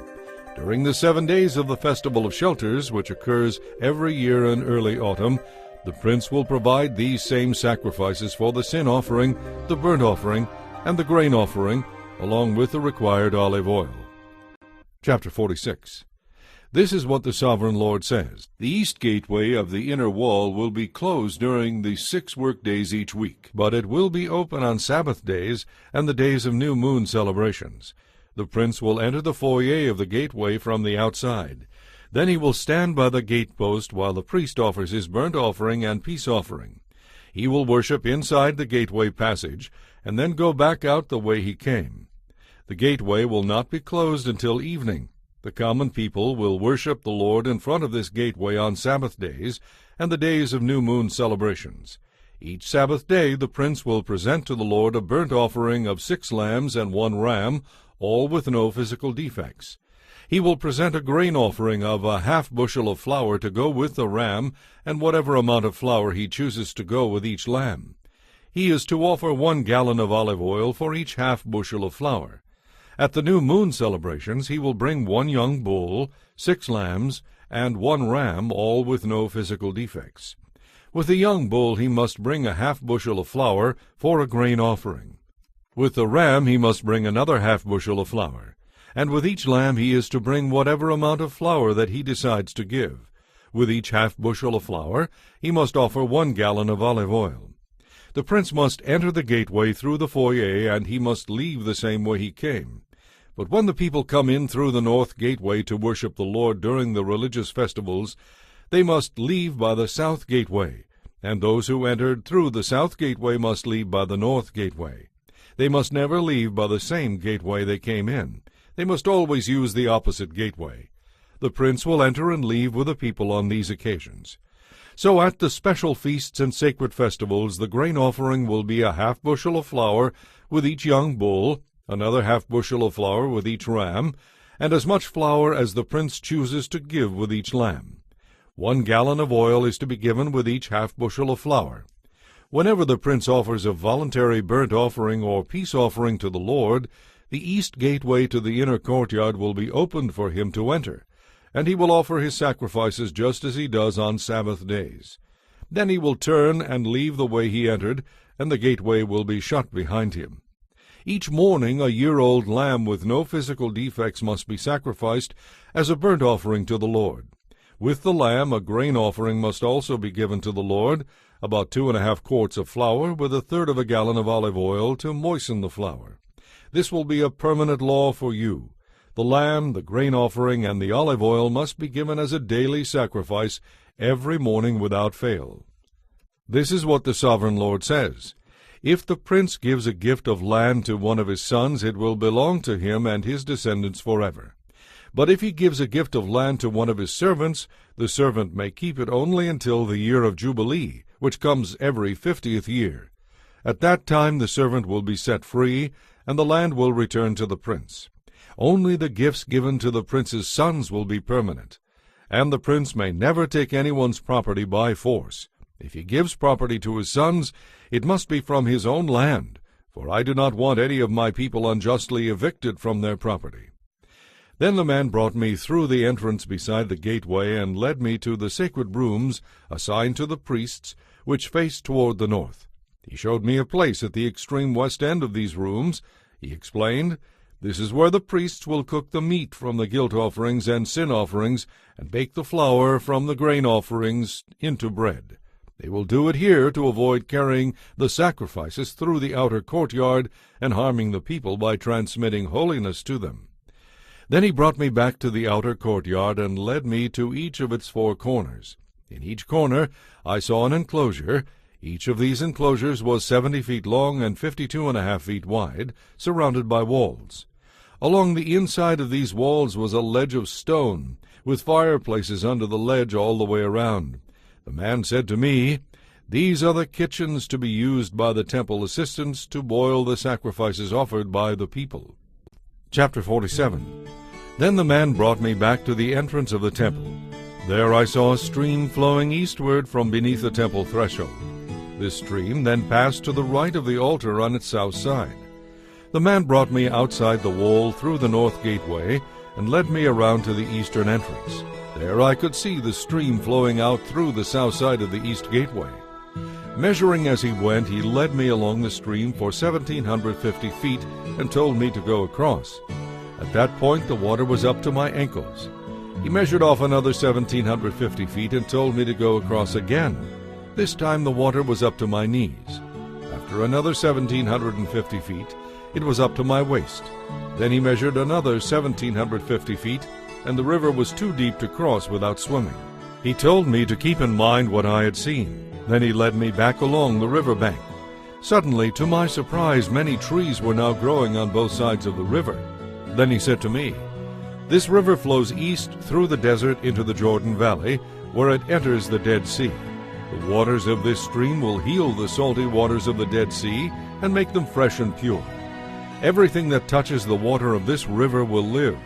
Fish will abound in the Dead Sea, for its waters will be healed. Wherever this water flows, everything will live. Fishermen will stand along the shores of the Dead Sea, fishing all the way from En-Gedi to En-Eglaim. The shores will be covered with nets drying in the sun. Fish of every kind will fill the Dead Sea, just as they fill the Mediterranean. But the marshes and swamps will not be purified, they will be sources of salt. All kinds of fruit trees will grow along both sides of the river. The leaves of these trees will never turn brown and fall, and there will always be fruit on their branches. There will be a new crop every month without fail, for they are watered by the river flowing from the temple. The fruit will be for food, and the leaves for healing. This is what the Sovereign Lord says. Follow these instructions for dividing the land for the 12 tribes of Israel. The tribe of Joseph will be given 2 shares of land. Otherwise each tribe will receive an equal share. I swore that I would give this land to your ancestors, and it will now come to you as your inheritance. The northern border will run from the Mediterranean toward Hethlon, then on through Lebo-Hemath to Zedad. Then it will run to Berothah and Sibrim, which are on the border between Damascus and Hamath, and finally to Hazer Hatakon, on the border of Hauran. So the northern border will run from the Mediterranean to Hazar-Enan, on the border between Hamath to the north and Damascus to the south. The eastern border starts at a point between Hauran and Damascus and runs southward along the Jordan River between Israel and Gilead, past the Dead Sea, and as far south as Tamar. This will be the eastern border. The southern border will go west from Tamar to the waters of Meribah at Kadesh, and then follow the course of the brook of Egypt to the Mediterranean. This will be the southern border. On the west side, the Mediterranean itself will be your border from the southern border to the point where the northern border begins, opposite Lebo-Hemath. Divide the land within these boundaries among the tribes of Israel. Distribute the land as an inheritance for yourselves and for the foreigners who have joined you, and are raising their families among you. They will be just like native-born Israelites to you, and they will receive an inheritance among the tribes. All these immigrants are to be given land within the territory of the tribe with whom they now live. I, the Sovereign Lord, have spoken. Chapter 48. Here is the list of the tribes of Israel, and the territory each is to receive. The territory of Dan is in the extreme north. Its boundary line follows the Hethlon road to Lebo-Hemath, and then runs on to Hazar-Enan on the border of Damascus, with Hamath to the north. Dan's territory extends all the way across the land of Israel from east to west. Asher's territory lies south of Dan's and also extends from east to west. Naphtali's land lies south of Asher's, also extending from east to west. Then comes Manasseh south of Naphtali, and its territory also extends from east to west. South of Manasseh is Ephraim, and then Reuben, and then Judah, all of whose boundaries extend from east to west. South of Judah is the land set aside for a special purpose. It will be 8 1/3 miles wide and will extend as far east and west as the tribal territories, with the temple at the center. The area set aside for the Lord's temple will be 8 1/3 miles long and 6 2/3 miles wide.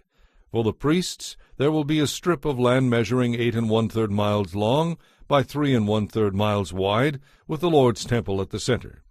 This area is set aside for the ordained priests, the descendants of Zadok, who obeyed me and did not go astray when the people of Israel and the rest of the Levites did. It will be their special portion when the land is distributed, the most sacred land of all.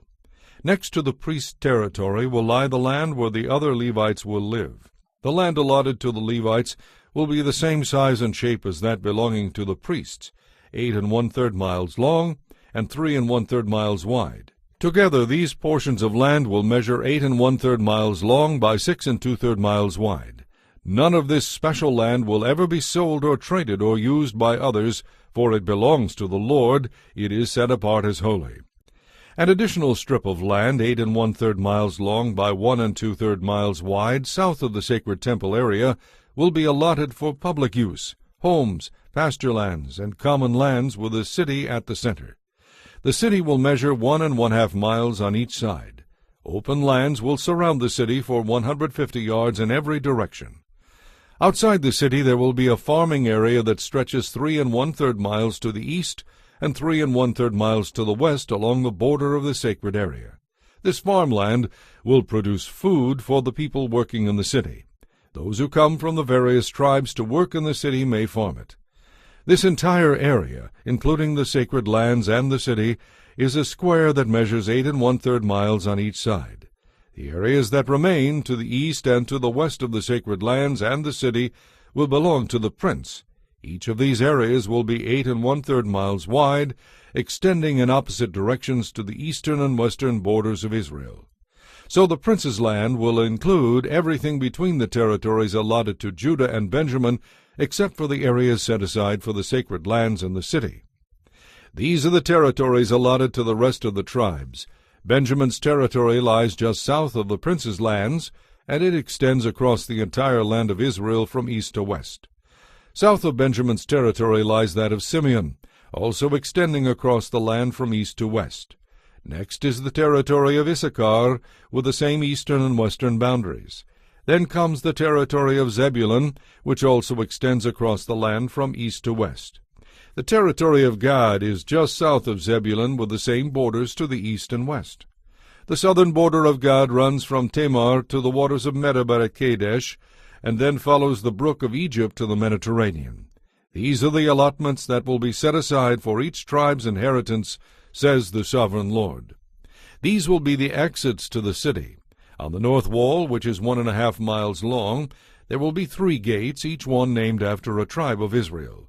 The first will be named for Reuben, the second for Judah, and the third for Levi. On the east wall, also 1 1/2 miles long, the gates will be named for Joseph, Benjamin, and Dan. The south wall, also 1 1/2 miles long, will have gates named for Simeon, Issachar, and Zebulun. And on the west wall, also 1 1/2 miles long, the gates will be named for Gad, Asher, and Naphtali. The distance around the entire city will be 6 miles, and from that day the name of the city will be, "The Lord is there."